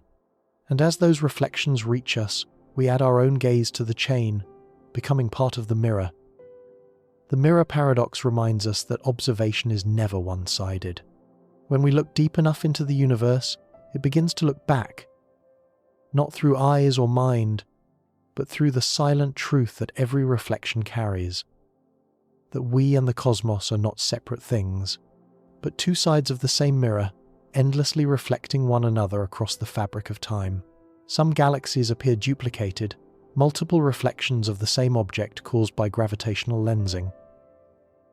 It was as if the universe itself was copying light in ways we don't yet understand. In Webb's deepest fields, the same galaxies began appearing in different places, like cosmic echoes. Normally, such duplications are the result of gravitational lensing, a phenomenon predicted by Einstein, where massive clusters bend spacetime, magnifying and mirroring the light of objects behind them. Astronomers have studied lensing for decades. Its patterns are elegant, predictable, and measurable. But Webb's new images revealed something stranger. Multiple reflections that didn't follow the usual geometry. Some galaxies seem to repeat across regions of space with no obvious lensing mass between them. Others appeared flipped, rotated, or time-shifted, their light arriving as though it had taken multiple impossible routes through the cosmos. At first, scientists assumed it must be a data artifact, an illusion caused by overlapping exposures or misaligned frames, but after countless calibrations, the anomalies persisted. The universe was duplicating images in ways the math couldn't fully explain. Could the fabric of space be more complex than we imagine? Some theorists propose that what Webb is witnessing could be the result of cosmic topology, the shape of the universe on the grandest scales. If space-time is curved back upon itself, light could travel around the cosmos multiple times, creating ghost images of the same galaxy appearing at different points in the sky. In such a universe, we might be seeing not distant objects, but reflections of our own cosmic neighborhood, billions of years ago. Others consider an even more exotic idea. Perhaps these mirrored galaxies are not reflections in space, but in time. If gravity can distort light, could it also refract it through the fourth dimension? Webb's instruments might be capturing the same galaxy as it existed in different epochs, its light looping through time like a ripple on a still pond. Then there's the possibility that quantum phenomena play a role. The universe, at its most fundamental level, is probabilistic, a blur of possibilities until observation collapses them into one reality. Over cosmic distances, those probabilities could manifest as overlapping outcomes.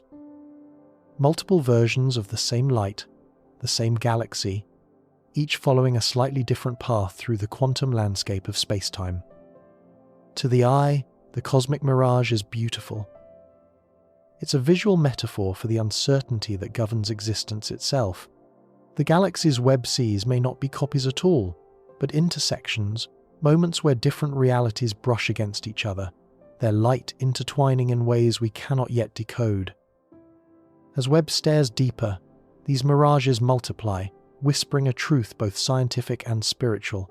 that the universe may not be singular, but layered, a hall of mirrors stretching through space and time. Each reflection is a question, each duplication a reminder that reality may not be fixed, but recursive, endlessly folding back upon itself. The cosmic mirage isn't just an astronomical mystery, it's a glimpse of the universe's playful complexity. Somewhere, hidden between those mirrored lights, may lie the key to understanding not just where the cosmos ends, but how it repeats, reflects, and remembers. Hidden in Webb's background data, researchers found a recurring frequency, faint, rhythmic, and unexplained. It wasn't cosmic noise, and it wasn't from Earth. Some speculate it's the oscillation of space-time itself, a heartbeat of the cosmos. At first, it seemed impossible. The signal was buried deep within the noise, so subtle it nearly vanished in the data's static. But when scientists filtered the observations of deep field exposures, a strange regularity began to appear. Amid the random hum of the universe, there was a rhythm, a gentle pulse repeating across frequencies, consistent and deliberate, like a drumbeat echoing through eternity. Webb's sensors are designed to capture the faintest light, the ancient glow of galaxies at the edge of visibility. They are not meant to detect sound or anything rhythmic, yet this signal appeared across multiple observations from entirely different regions of the sky. Every few thousand seconds, a soft oscillation, barely perceptible, but undeniably there. It wasn't a malfunction. Engineers ruled out vibrations from the telescope's structure, solar wind interference, and any terrestrial origin. Whatever this pulse was, it came from space itself. Some likened it to gravitational waves, ripples in space-time caused by massive cosmic events. But these waves are fleeting. Chaotic bursts from colliding black holes or neutron stars, not steady repeating tones. This was something else, something continuous. Could it be the hum of space-time, a standing wave echoing across the fabric of the universe since its birth? Some physicists have long theorized that the cosmos may resonate like a musical instrument, vibrating at certain frequencies determined by its overall shape and density. If Webb's instruments are sensitive enough, they might be hearing that fundamental vibration, the slow heartbeat of creation itself. Others wonder if the signal might be evidence of something even stranger. In certain quantum gravity theories, space-time isn't smooth but granular, made up of tiny discrete units that could oscillate as the universe expands. What Webb detected might be the flicker of that structure, the trembling of the cosmic grid beneath all matter and energy. Still others can't help but speculate about intelligence. The frequency is faint but remarkably stable, almost too precise to be natural. Could it be the byproduct of some vast ancient mechanism, a relic of a prior universe, or the faint hum of cosmic computation woven into the fabric of reality? Of course, science demands skepticism. Patterns can deceive. The human mind is wired to find rhythm, to create order in chaos. Yet the persistence of this signal across Webb's datasets challenges dismissal. It's not random, it's repeating. It's not noise, it's intentional. In some sense, even if nature itself is the composer. If the signal truly originates from spacetime's fabric, it means the universe has a pulse, a slow, resonant vibration echoing through its every atom. That rhythm could be the key to understanding the geometry of existence, the tempo at which reality itself unfolds. For now, scientists listen, measure, and wonder. Because in the quiet between galaxies, amid the background hum of ancient light, something is beating. A pulse older than stars, older than time. A reminder that perhaps, in its own mysterious way, the universe is still alive, still singing the song of its creation. Every shade Webb captures tells a story of age and distance. Blue for the young, red for the ancient. But in one corner of the deep field, colours didn't align. Galaxies looked both ancient and newborn at once, a glitch or a glimpse of something beyond time. Light is the universe's language. Every colour carries meaning, a record of speed, distance, and age. As galaxies move away from us, their light stretches, shifting toward red. The farther, the redder. In contrast, young nearby galaxies blaze in blues and violets, their light fierce and immediate. This cosmic gradient is one of the few constants astronomers can rely on, but in Webb's deepest images, that familiar order began to break down. A cluster of galaxies shimmered in contradictions. Their light bore the chemical signatures of extreme age, heavy elements, mature stars, and the spectral marks of countless supernovae. And yet, their color was wrong. They glowed not with the deep red of ancient things, but with the sharp blue-white of youth. In the equations of cosmology, such a combination should be impossible. At first, the anomaly was thought to be an illusion, an artifact of overlapping galaxies at different distances. But careful analysis revealed that wasn't the case. These strange objects seemed to exist in two states at once, their light bearing evidence of both birth and decay, of beginnings and endings superimposed. Could time itself be bending within these regions? If gravity can curve space, perhaps under the right conditions, it can also distort time's flow, stretching and compressing it so that moments from different eras blur together. In such a warped region, the same galaxy might appear simultaneously as it was billions of years ago, and as it exists now, layered over itself like two frames of the same film. Another theory suggests that we might be witnessing the effect of cosmic shear, the gravitational twisting of light as it traverses immense distances through uneven space-time. In rare cases, this warping could cause light from different epochs to converge, giving us glimpses of multiple temporal versions of the same object. And then there is the stranger idea that these galaxies exist near boundaries between regions of space-time governed by slightly different physical laws. At such boundaries, time may not flow uniformly. What we perceive as color, the red and blue of ancient and new, may in fact be two universes bleeding into one another, their timelines overlapping in Webb's gaze. For all our science, color remains one of the most human ways we understand the cosmos. It is visceral, emotional, immediate. And yet, here, color deceives us. It reveals the limits of our perception, the way our minds try to assign order to something fundamentally fluid. Perhaps the color of time isn't a code to be solved, but a message that time itself isn't linear, but layered. That the past and future coexist in the same light, if only we look deeply enough. So, when Webb's golden mirrors caught that contradiction, a galaxy burning with youth and ancientness at once, it may have been more than an error. It may have been a moment of truth, when time's illusion cracked just enough for us to glimpse eternity, not as a line, but as a circle of light, forever overlapping, forever alive. Webb's view extends 13.5 billion years, but light itself has limits. Beyond that lies the cosmic horizon, an edge where information cannot reach us. Yet one faint signal hinted that something might exist beyond it, whispering from a universe we can't yet see. The cosmic horizon marks the farthest distance light has had time to travel since the Big Bang. It is not a wall, but a veil, the boundary between what is observable and what forever remains hidden. Beyond it, light has not yet arrived. Beyond it, the universe continues, unseen and unreachable. Webb, with all its precision, was built to trace that veil, to catch the oldest photons, the final echoes of the dawn. But in one observation, something unexpected stirred in the darkness just beyond. A faint glow, a spectral smudge on the edge of detectability, appeared where there should have been nothing at all. It was dim, erratic, and inexplicable. After calibrations ruled out instrumental noise, the signal persisted. It came from beyond the expected horizon, from a realm where light should not yet have crossed the cosmic gulf. The discovery baffled scientists. If the light truly originated past the observable boundary, it would mean that information is somehow escaping from regions that should be forever isolated from us by the universe's expansion. In essence, Webb might have glimpsed beyond the end of time.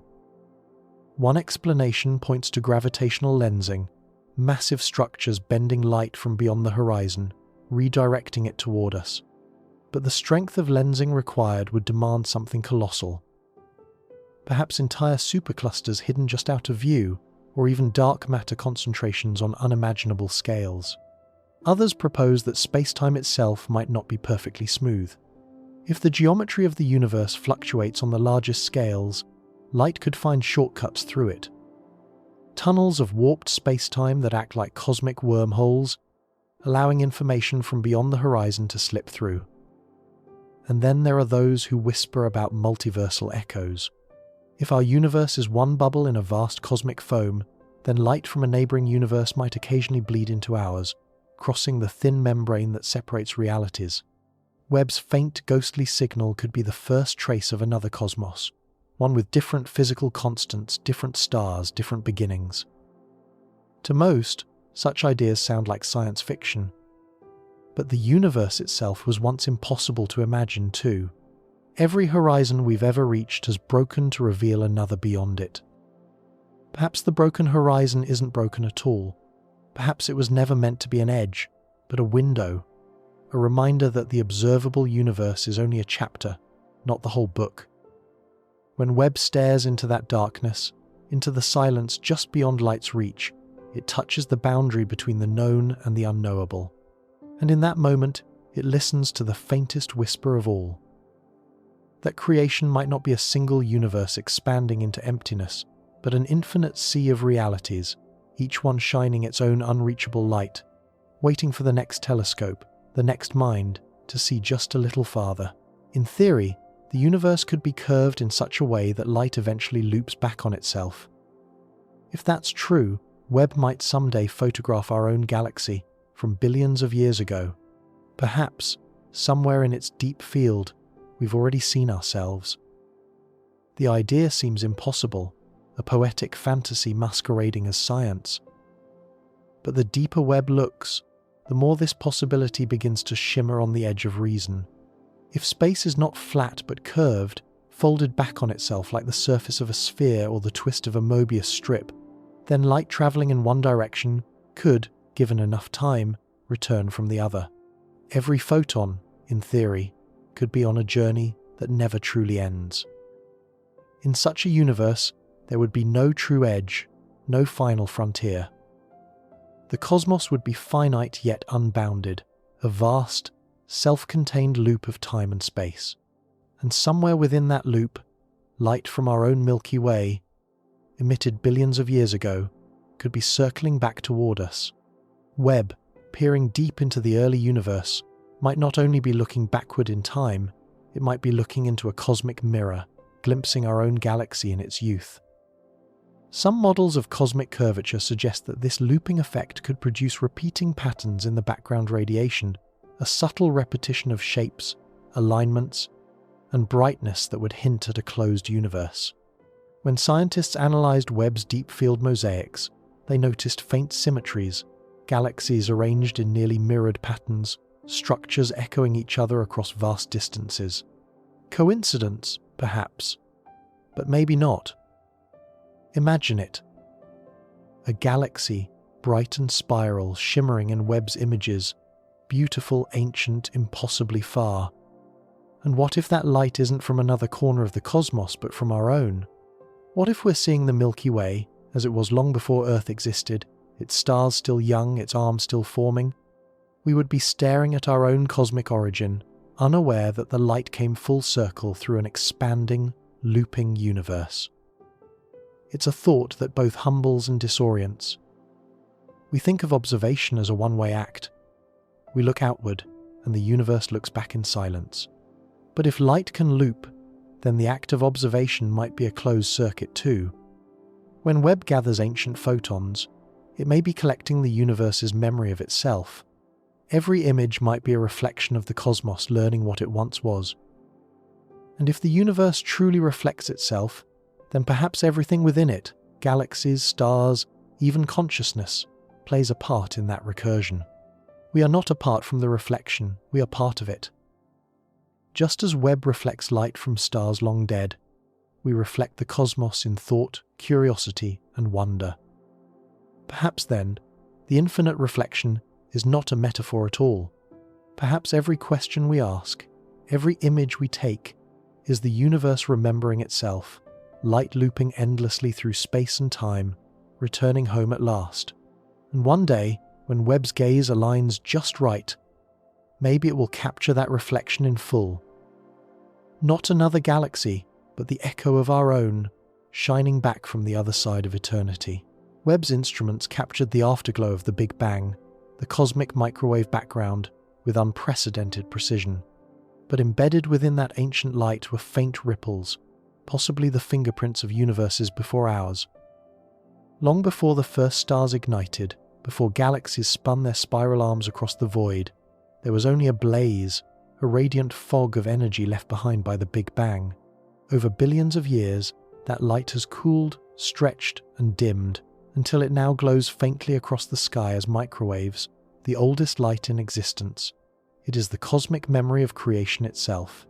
And with Webb's extraordinary sensitivity to the infrared, scientists were able to see that memory with new clarity, tracing patterns that had been invisible until now.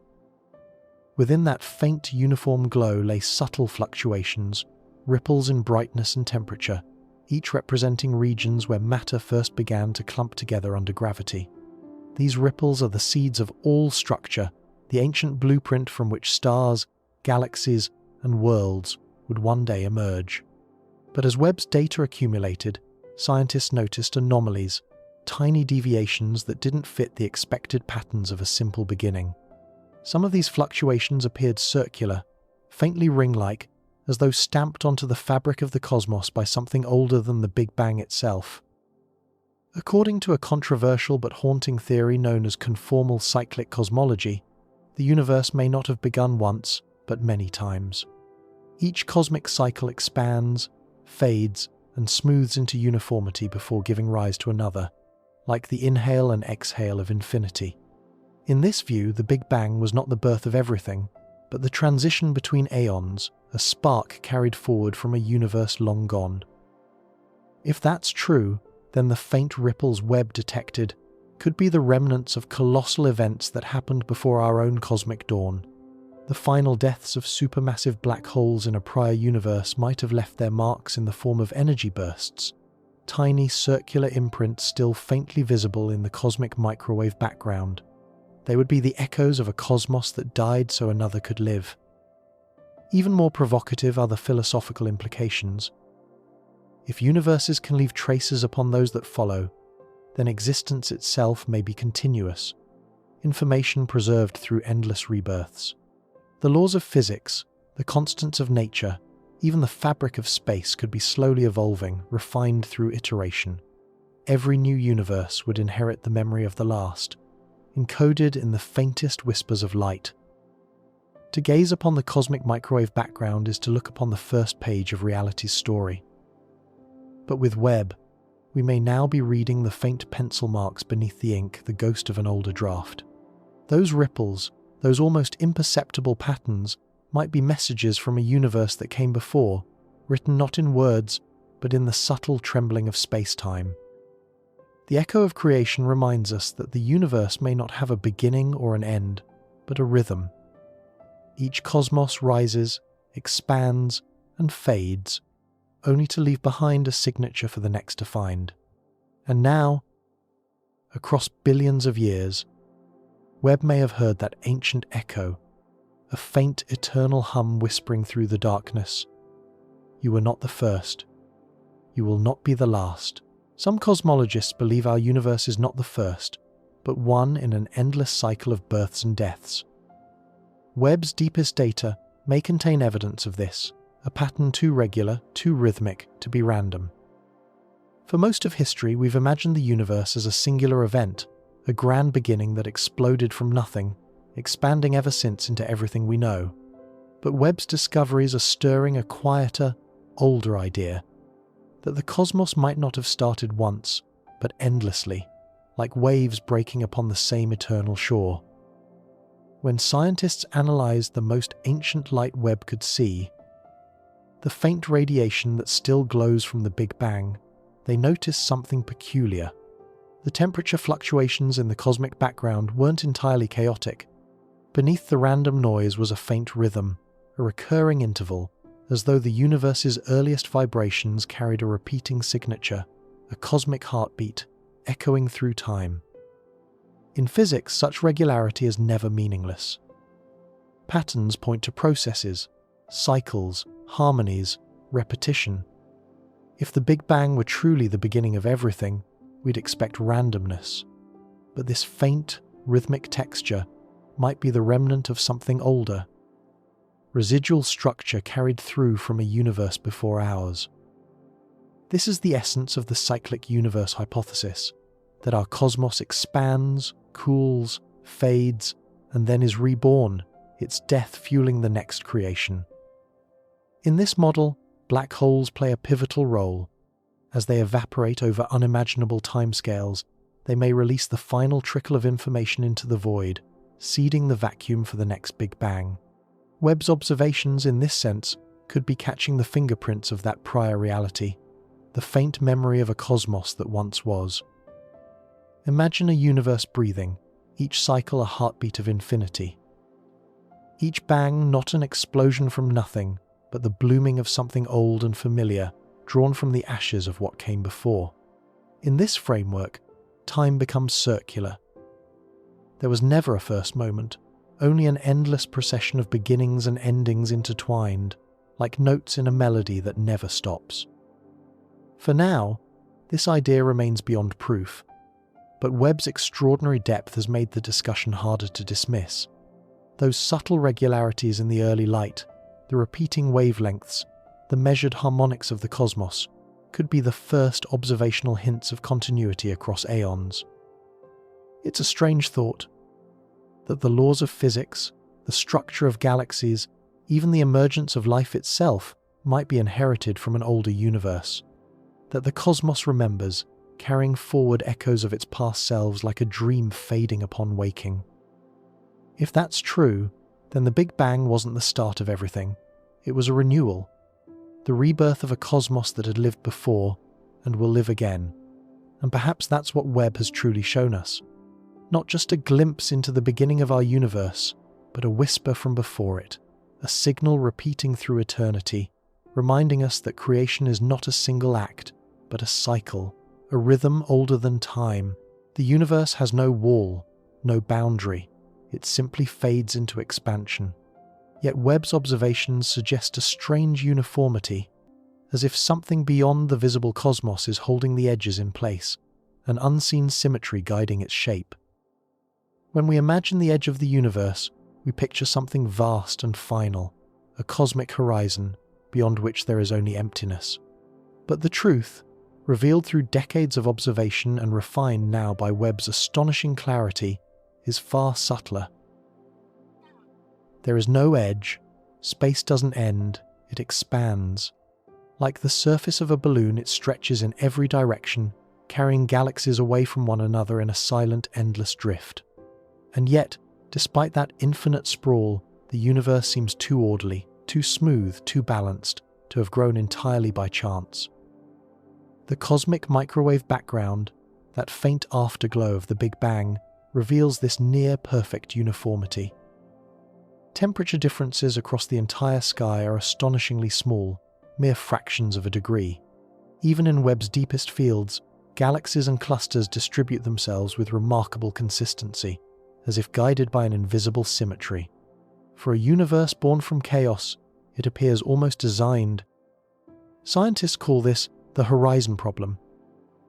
According to physics, regions of the early universe that are now billions of light years apart should never have been in contact. They were too far away to exchange light, energy, or information. Yet somehow, they ended up with nearly identical properties. It's as if the universe knew how to coordinate itself before there was even time to communicate. Inflation theory once offered an elegant solution: that the universe expanded faster than light in its first instant, allowing those distant regions to once share a common state. But Webb's ultra-precise data hints that inflation alone may not explain the perfect symmetry we see. The cosmic balance might extend even beyond what we can observe, past the visible horizon, into regions we'll never reach. Perhaps there is a deeper order at work, written into the fabric of space-time itself. Some theorists suggest that the universe could be embedded within a higher dimensional structure, like a hologram projected from beyond our perception. In that case, the balance we observe might be the reflection of something larger, a geometric harmony binding the cosmos together from the outside in. Others entertain a more metaphysical notion that symmetry is not imposed but inevitable, that existence itself demands balance, that wherever there is expansion, there must also be cohesion, that beyond our cosmic horizon, unseen regions of the universe mirror our own, maintaining equilibrium across infinity. Webb cannot see the edges because there are none to see. The universe does not end. It transitions, softly, into the unknown, and in that transition lies the great mystery of symmetry, that even without boundaries, something still holds it all together.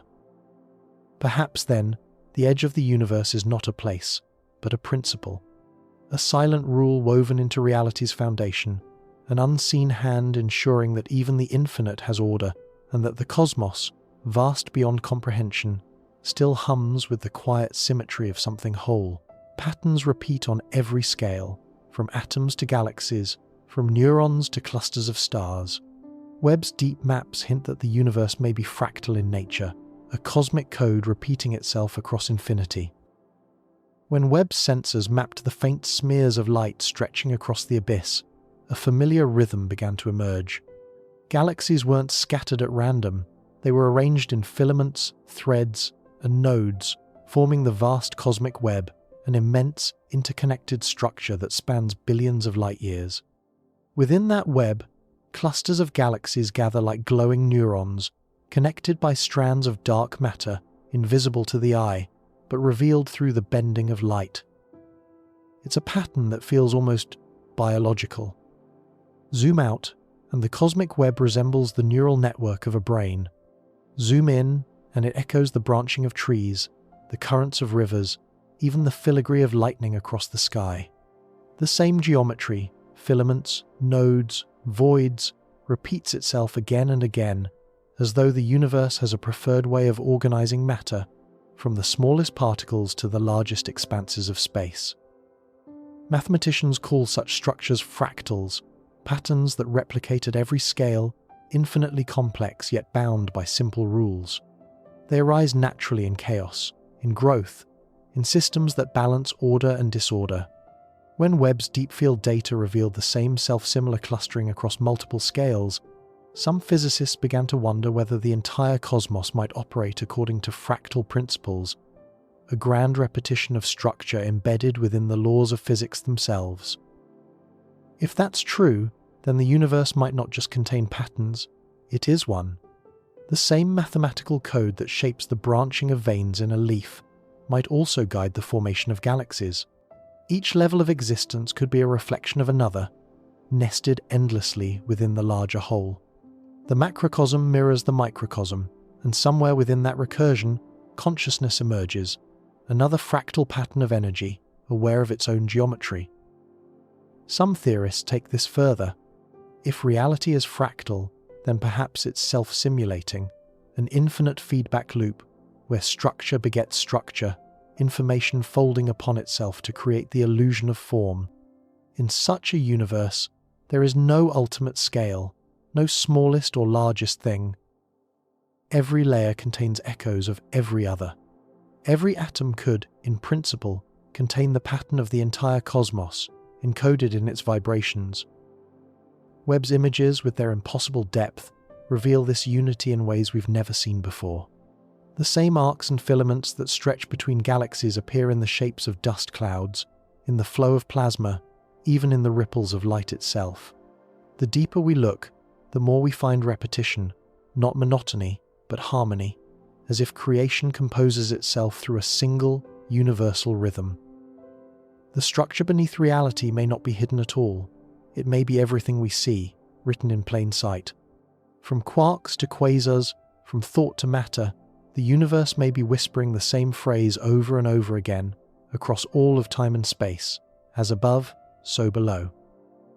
And perhaps that's the truest revelation of Webb's gaze, that beneath the endless complexity of stars and galaxies lies a single, elegant design, repeating forever, a fractal signature woven through the fabric of existence itself. Amid all this immensity, there is still no voice, no signal, no whisper of intelligence. Webb listens, but only the quiet hum of creation answers. Perhaps the universe is alive, but not yet awake. For centuries, humanity has stared into the heavens and wondered if anyone else is out there. We've sent radio waves into the dark, built telescopes that can peer across billions of years, and searched for the faintest trace of something, anything, that might look back. Yet even as Webb reveals the architecture of the cosmos in breathtaking detail, it reveals something else too. An overwhelming, almost unbearable quiet. Everywhere Webb looks, there is activity. Galaxies colliding, stars igniting, planets forming from the dust of creation. The universe is not empty. It is vibrant, dynamic, alive with motion. And yet, through all this energy, there is no pattern that suggests intention, no unnatural pulse of light, no rhythmic code, no deliberate signal crossing the intergalactic void. Just the slow, patient murmur of physics unfolding exactly as it should. This absence has a name: the Great Silence. It is the cosmic paradox that haunts every scientist and dreamer who gazes into the dark. If the universe is so vast, and the laws of nature so generous, then why does it feel so alone? Why, among trillions of stars and countless worlds, has no other intelligence made itself known? Some believe the silence is temporary, that we are early, born at the dawn of cosmic consciousness. That intelligence, like the stars themselves, requires time to ignite. And that somewhere, out there in the endless dark, other minds are only now awakening. Webb may simply be listening before the chorus begins. Others suggest the opposite, that we are late. That civilizations have come and gone long before us, their signals faded, their monuments dissolved into starlight. Perhaps Webb's ancient galaxies once held life, vast alien worlds that rose, thrived, and vanished before our own sun was born. Their light reaches us now, not as messages, but as memorials. And then there are the darker possibilities. That life is fragile, fleeting, that the conditions that made Earth possible are so rare, so finely tuned, that we may indeed be the exception, the single spark in a cosmos of endless potential, destined to burn alone. But maybe the silence is not emptiness. Maybe it's a form of language too subtle for us to hear. The universe communicates not in words, but in gravity, in light, in the slow expansion of time itself. Every star is a syllable, every galaxy a phrase. Perhaps Webb is already hearing the message. It's just written in a dialect we haven't yet learned to translate. And so, as Webb drifts through the black, collecting light older than life itself, it becomes a listener to the greatest mystery of all. The silence is not hostile, not cold. It is patient, waiting. Perhaps the universe is alive after all, but dreaming, waiting for its own mind to awaken among the stars and recognize itself for the first time. If consciousness arises from complexity, could the universe itself be conscious? Webb's eye might not just be observing creation, it might be the universe observing itself through us. Every photon Webb captures began its journey billions of years ago, long before life, before thought, before the concept of observation even existed. And yet, after all that time, those same photons end their voyage in the mirror of a telescope built by beings made of stardust, beings capable of wondering what those photons mean. That, in itself, feels like the closing of a cosmic loop. It's easy to think of observation as a one-way act, the universe existing out there, and us merely peering into it. But what if it's more intimate than that? What if consciousness is not separate from the cosmos, but an emergent property of it, something the universe does when it becomes complex enough to notice itself? Webb, then, is not just a tool. It's a neuron in the cosmic mind, a fragment of awareness extending its reach. Its mirrors are eyes the universe built for itself, using human hands as instruments of its own curiosity. When light enters Webb's golden petals, It's as though the cosmos is reflecting upon its own past, tracing the contours of its own birth. From the perspective of physics, consciousness is still a mystery. We can map the brain, measure the neurons, track electrical impulses, but the experience of awareness, the sense of being, remains beyond the reach of equations. Yet patterns repeat. The neural network of a brain mirrors the structure of galaxies in the cosmic web. The firing of synapses echoes the exchange of energy between stars. The universe seems to organize itself in the same way at every level, as though awareness were not a fluke, but a fundamental feature of its design. If that's true, then consciousness may not be confined to biology.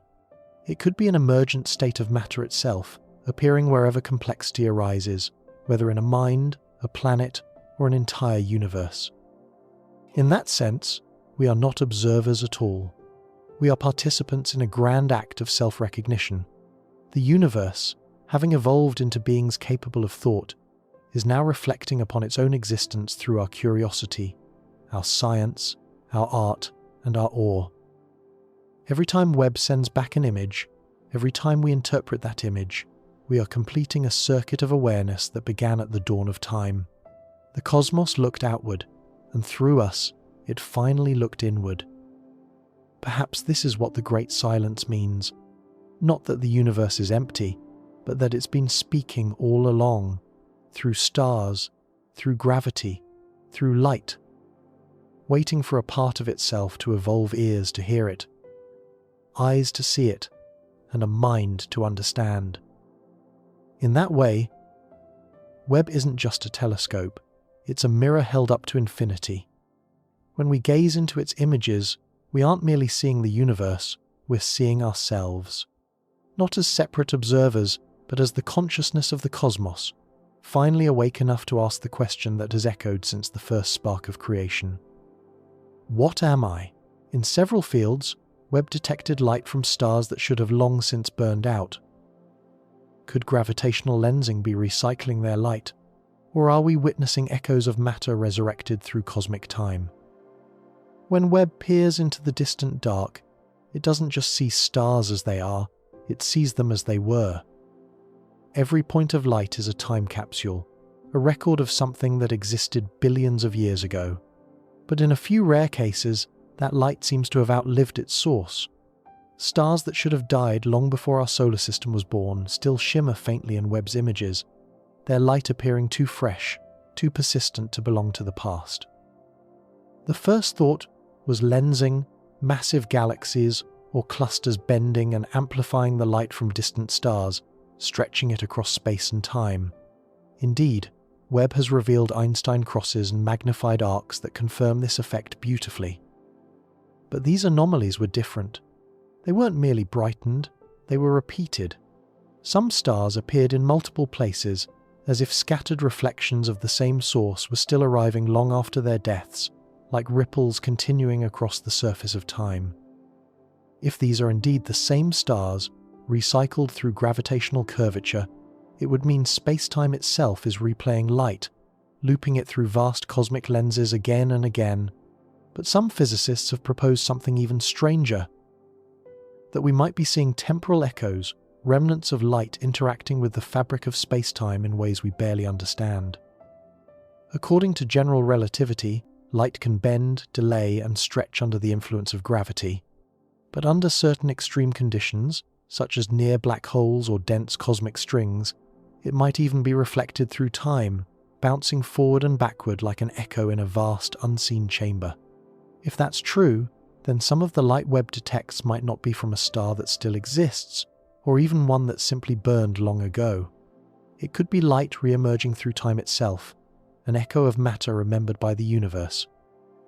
Other scientists see a more grounded explanation, that these stars could be zombie stars, objects reborn from the ashes of their own supernovae. In certain cases, when a massive star explodes, its collapsed core can pull in surrounding gas and reignite fusion, resurrecting briefly in a flash of defiant brilliance. Webb's unparalleled infrared sensitivity might be catching these rare rebirths, stars that quite literally rise from their own death shrouds. But whatever the cause, the effect is undeniable. Across billions of light-years, the boundaries between life and death, creation and decay, are blurring. The universe is recycling not just matter, but memory, replaying its light, reawakening its past. And perhaps this is the greater truth that Webb is whispering. That in a cosmos this vast, nothing truly ends. Stars die, galaxies fade, light stretches into the abyss, but somewhere, somehow, that energy returns. It may arrive distorted, delayed, or reborn, but it never disappears. The stars that should be dead remind us that immortality, in its truest form, already exists. It is the persistence of light, the universe's refusal to forget itself. Even when a star collapses into silence, its light continues to travel, looping endlessly through time until, one night, a telescope like Webb looks up and remembers. Some data suggests that gravity weakens more slowly than expected at vast distances. This could mean our universe is bleeding into another dimension, where light, matter, and even time itself behave differently.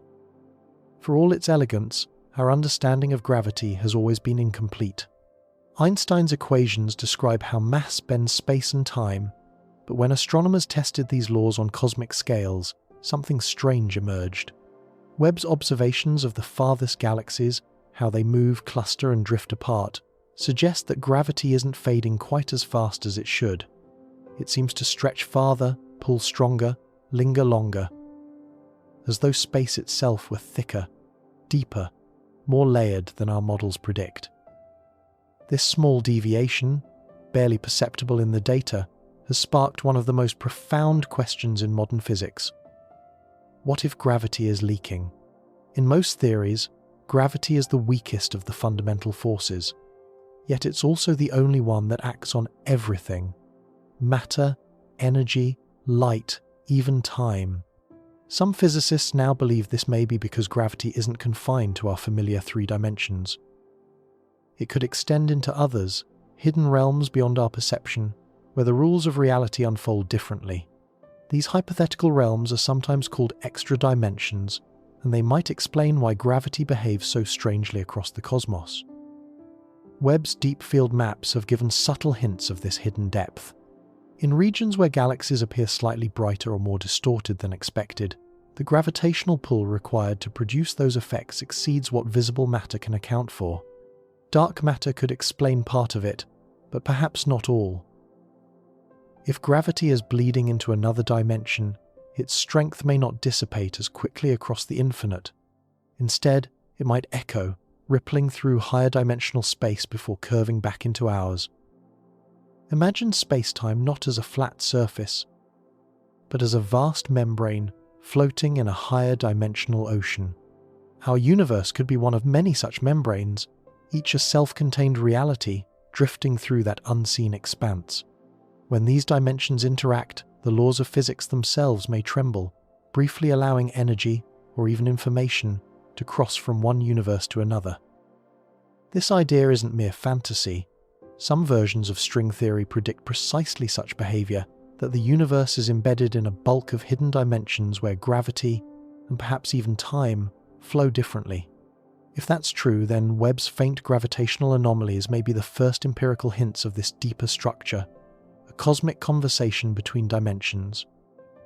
It's a dizzying thought, that what we perceive as dark matter and dark energy may be the shadows of forces leaking from another layer of reality.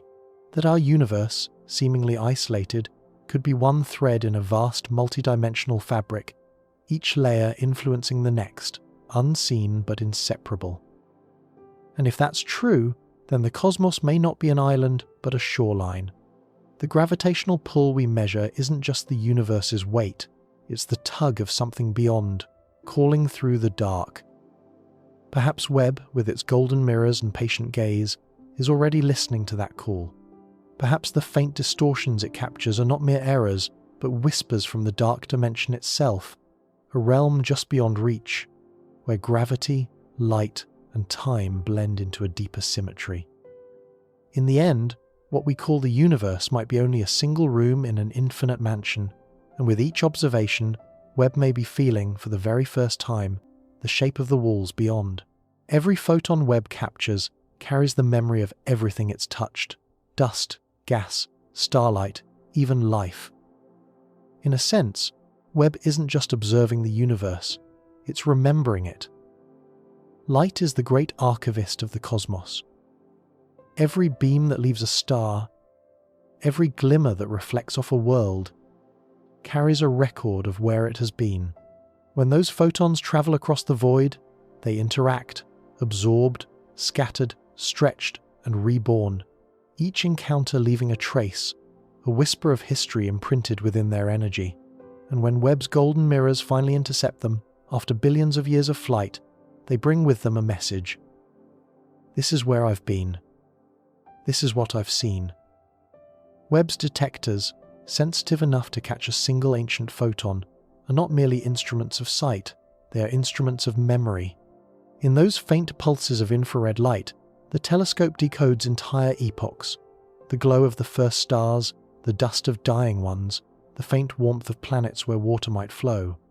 Each photon is a survivor, having crossed the cold gulfs of expanding space, carrying within it the fingerprint of everything it's ever touched. When scientists analyze that light, they read it like an autobiography of the universe. The absorption lines in a galaxy's spectrum reveal what elements it contains: hydrogen, helium, carbon, oxygen, the same ingredients that make up our own bodies.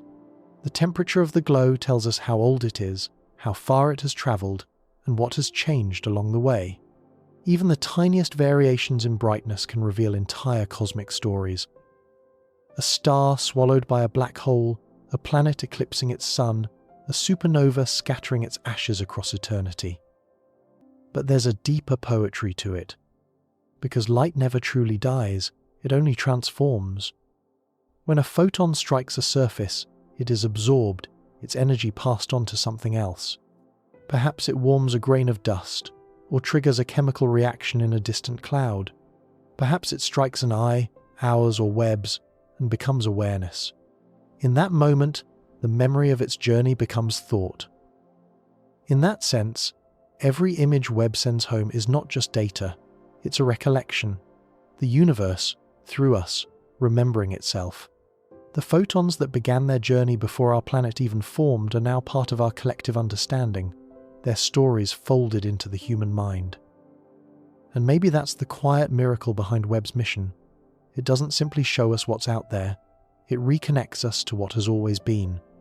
Every glimmer, every spectrum, every pixel of light is a reminder that the universe never forgets. It carries its own history in the very waves that reach us. When we look at those ancient lights, we are seeing not only where they came from, but who we are. Matter remembering matter, light recognizing light. The cosmos records everything in its glow, and Webb, patient and golden in the dark, listens to those memories across time. Perhaps that's what it means to observe the universe, not to discover something new, but to awaken what was always known. Because in every photon Webb captures, the universe is whispering its past, and through us, at last, it remembers. After every analysis, every simulation, one question endures. Why do we exist in a universe capable of seeing itself? Perhaps what Webb found isn't terrifying because of what it reveals, but because of what it means. For all its data, all its discoveries, the James Webb Space Telescope has done something no machine was ever built to do. It has forced us to confront the meaning behind the light. Every galaxy it uncovers, every impossible structure it exposes, pushes us closer to a single, unsettling truth. The universe is not just vast, it is aware, at least in part, because we are. Webb's images are not passive. They are reflections of an awareness capable of asking, what is all this for? In its golden mirrors, we see both the birth of the cosmos and the mirror of our own curiosity. The same curiosity that built the telescope, launched it into the dark, and asked it to look back through time. Somehow, in the infinite silence, that curiosity matters. Physics can tell us how the universe exists, how light travels, how matter clusters, how galaxies form and dissolve, but it cannot tell us why. It cannot explain why a set of physical laws, fine-tuned to a precision that allows life and consciousness, exists at all. It cannot say why a universe indifferent to survival should also be one that births minds capable of wonder. That is the heart of the question Webb brings into sharper focus. Not just what is out there, but why anything is. Why is there order instead of chaos, meaning instead of emptiness, observation instead of blindness? Some physicists argue that our existence is an accident of statistics, a universe among countless others where conditions just happen to be right. Others suggest something more intimate, that consciousness itself is not an after-effect of matter, but a fundamental part of reality, woven into the same fabric as space and time. That the universe could not exist without awareness to perceive it, and that by observing it, we are completing its creation. And perhaps that's the quiet revelation hidden within Webb's most terrifying discoveries. The galaxies that shouldn't exist, the light that defies time, the symmetry that feels intentional, all point towards something greater, something almost self-reflective in the structure of reality. Maybe the universe built itself not merely to expand, but to see. To reach a moment, billions of years after its birth, where a fragile species of stardust could build a mirror and finally look back. So, the question that remains is not whether we are alone, or how it all began, but why it began this way. Why a universe that could have been silent chose instead to make light, and minds capable of asking where that light came from. And perhaps that is the true discovery, one that no image can capture, no data can explain. That meaning itself is not something we impose upon the universe. It is something the universe has been preparing, patiently, for all along, waiting for the moment it could finally ask the question through us.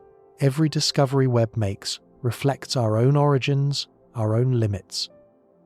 The deeper we look into the cosmos, the deeper we fall into ourselves. The terror isn't in what lies beyond, it's in realizing how vast we are within. The James Webb Space Telescope was built to see the universe as it was billions of years ago, to peer through the fog of creation and show us our beginnings. Yet, in doing so, it has shown us something far more intimate. Each image, each spiral of galaxies, each cluster of light stretching through the void is not just a picture of the cosmos, it's a portrait of us. Because everything Webb observes, every atom it detects, every photon it captures, is also what we are made of. The carbon in our cells, the iron in our blood, the calcium in our bones, all forged in the hearts of stars. When we look through Webb's mirrors, we are not just seeing the universe. We are seeing the source of our own existence reflected back at us. It's a strange symmetry. The farther we look outward, the closer we get to our own essence. In the spiral arms of distant galaxies, we glimpse the same forces that shaped our sun. In the collisions of stars, we find the chemistry of life. And in the quiet black between galaxies, we sense the same mystery that hums beneath our thoughts, the unknown that binds us to everything else. The terror that people feel when they see Webb's images doesn't come from the darkness beyond, it comes from recognition. We are not separate from the universe we study, we are expressions of it. The cosmos is not out there, it's within us, mirrored in our minds, our atoms, our very capacity to wonder. This realization changes everything. The telescope's golden mirrors are not simply instruments of exploration, they are metaphors for consciousness. They reflect light, yes, but also meaning. When that light enters our eyes, it completes a circuit that began 13 billion years ago. The universe creates stars. The stars create life.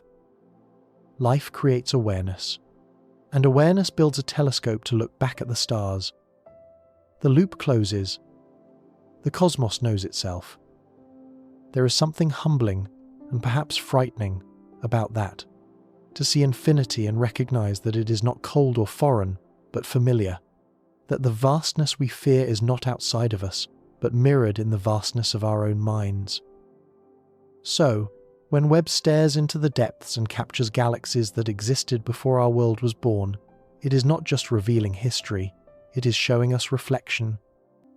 Every discovery is a mirror turned inward. Every photon that reaches us is both ancient and immediate, distant and deeply personal. The mirror of the infinite is not glass and gold. It is awareness. It is the moment we realize that to look into the universe is to look into ourselves, and that the greatest frontier we will ever explore is not space, but the boundless cosmos of our own being. And maybe it already has. Perhaps the moment we first looked into that infinite darkness was the moment it noticed us too. Because in every reflection, in every ancient photon, there is a question waiting to be asked and an answer waiting to be found. For all our searching, for all our instruments and equations, maybe we have already made contact, not with another civilization, but with the universe itself. Not through sound or message, but through awareness. The moment Webb opened its golden mirrors and caught the first ancient light, the cosmos was no longer unobserved. The act of looking became a conversation. Every photon Webb captures is a messenger from the past, a piece of the universe that left its home billions of years ago, only to arrive here, now, to be seen. That act of being seen completes something. It transforms distant, indifferent radiation into meaning. The universe doesn't need eyes to look back, it looks back through the act of connection. We often think of the cosmos as silent, cold, and vast beyond comprehension. But what if, in some quiet, ineffable way, it responds? What if the structure of reality itself is participatory? That consciousness, no matter how small, plays a role in shaping what is real. Quantum physics has long whispered this possibility. That observation alters outcome, that awareness completes existence. If that's true, then every glance into the night sky is not one-sided. It's reciprocal. When Webb looks into the darkness, it is not simply collecting data. It is being noticed. The same photons that strike its mirrors also interact with us, with the world, with the collective awareness of a species daring to ask, who else is there? And perhaps the answer has been woven into the light all along. I am. Maybe that is the great symmetry at the heart of creation, that the universe cannot look back until something within it learns to see. That perception itself is the final step in the long chain of cosmic evolution. Matter becomes life. Life becomes awareness. Awareness becomes the mirror through which the universe finally recognizes itself. And so, when Webb peers into the abyss, it is not gazing into nothingness, it is looking into its own reflection. Every image it sends home is a moment of recognition, an exchange between what was and what is. Perhaps that is what the universe has been waiting for all along, not worship, not explanation, but acknowledgement, to be seen, to be known. And when we looked up, when we opened our eyes to the infinite and whispered, "We are here," maybe, in that same instant, the universe whispered back, "So am I." In the end, all that Webb has shown us, the galaxies, the echoes, the impossible light, is not a story about distance, but about connection. Every shimmer in its golden mirrors, every photon crossing the abyss, is a thread binding us to the beginning of everything. The deeper we gaze into the cosmos, the more clearly we see that we have never truly been separate from it. What we call discovery is simply remembrance. The stars we study are our ancestors. The light we chase is the memory of our own becoming. And though Webb stares into silence, that silence is not empty. It's full of meaning, waiting to be heard by those who listen long enough. Perhaps that's the final truth. The universe doesn't speak in words. It speaks in gravity, in color, in time. It tells its story in the slow bloom of galaxies and the brief flicker of a single life. And through us, through our questions, our wonder, our need to understand, it continues its conversation. So, as the telescope drifts in its quiet orbit, its gaze fixed on eternity, let its images remind you, you are made of the same light it sees, the same atoms, the same fire. You are not outside the universe, but within it, its way of looking back at itself, its way of dreaming. Tonight, As you close your eyes, imagine that golden mirror still turning toward the dark. Somewhere, billions of years away, a photon begins its journey toward you, a fragment of the beginning, still traveling home. Rest now beneath the stars that made you. The universe is vast, yes, but it is also one, and you are part of its quiet, endless glow.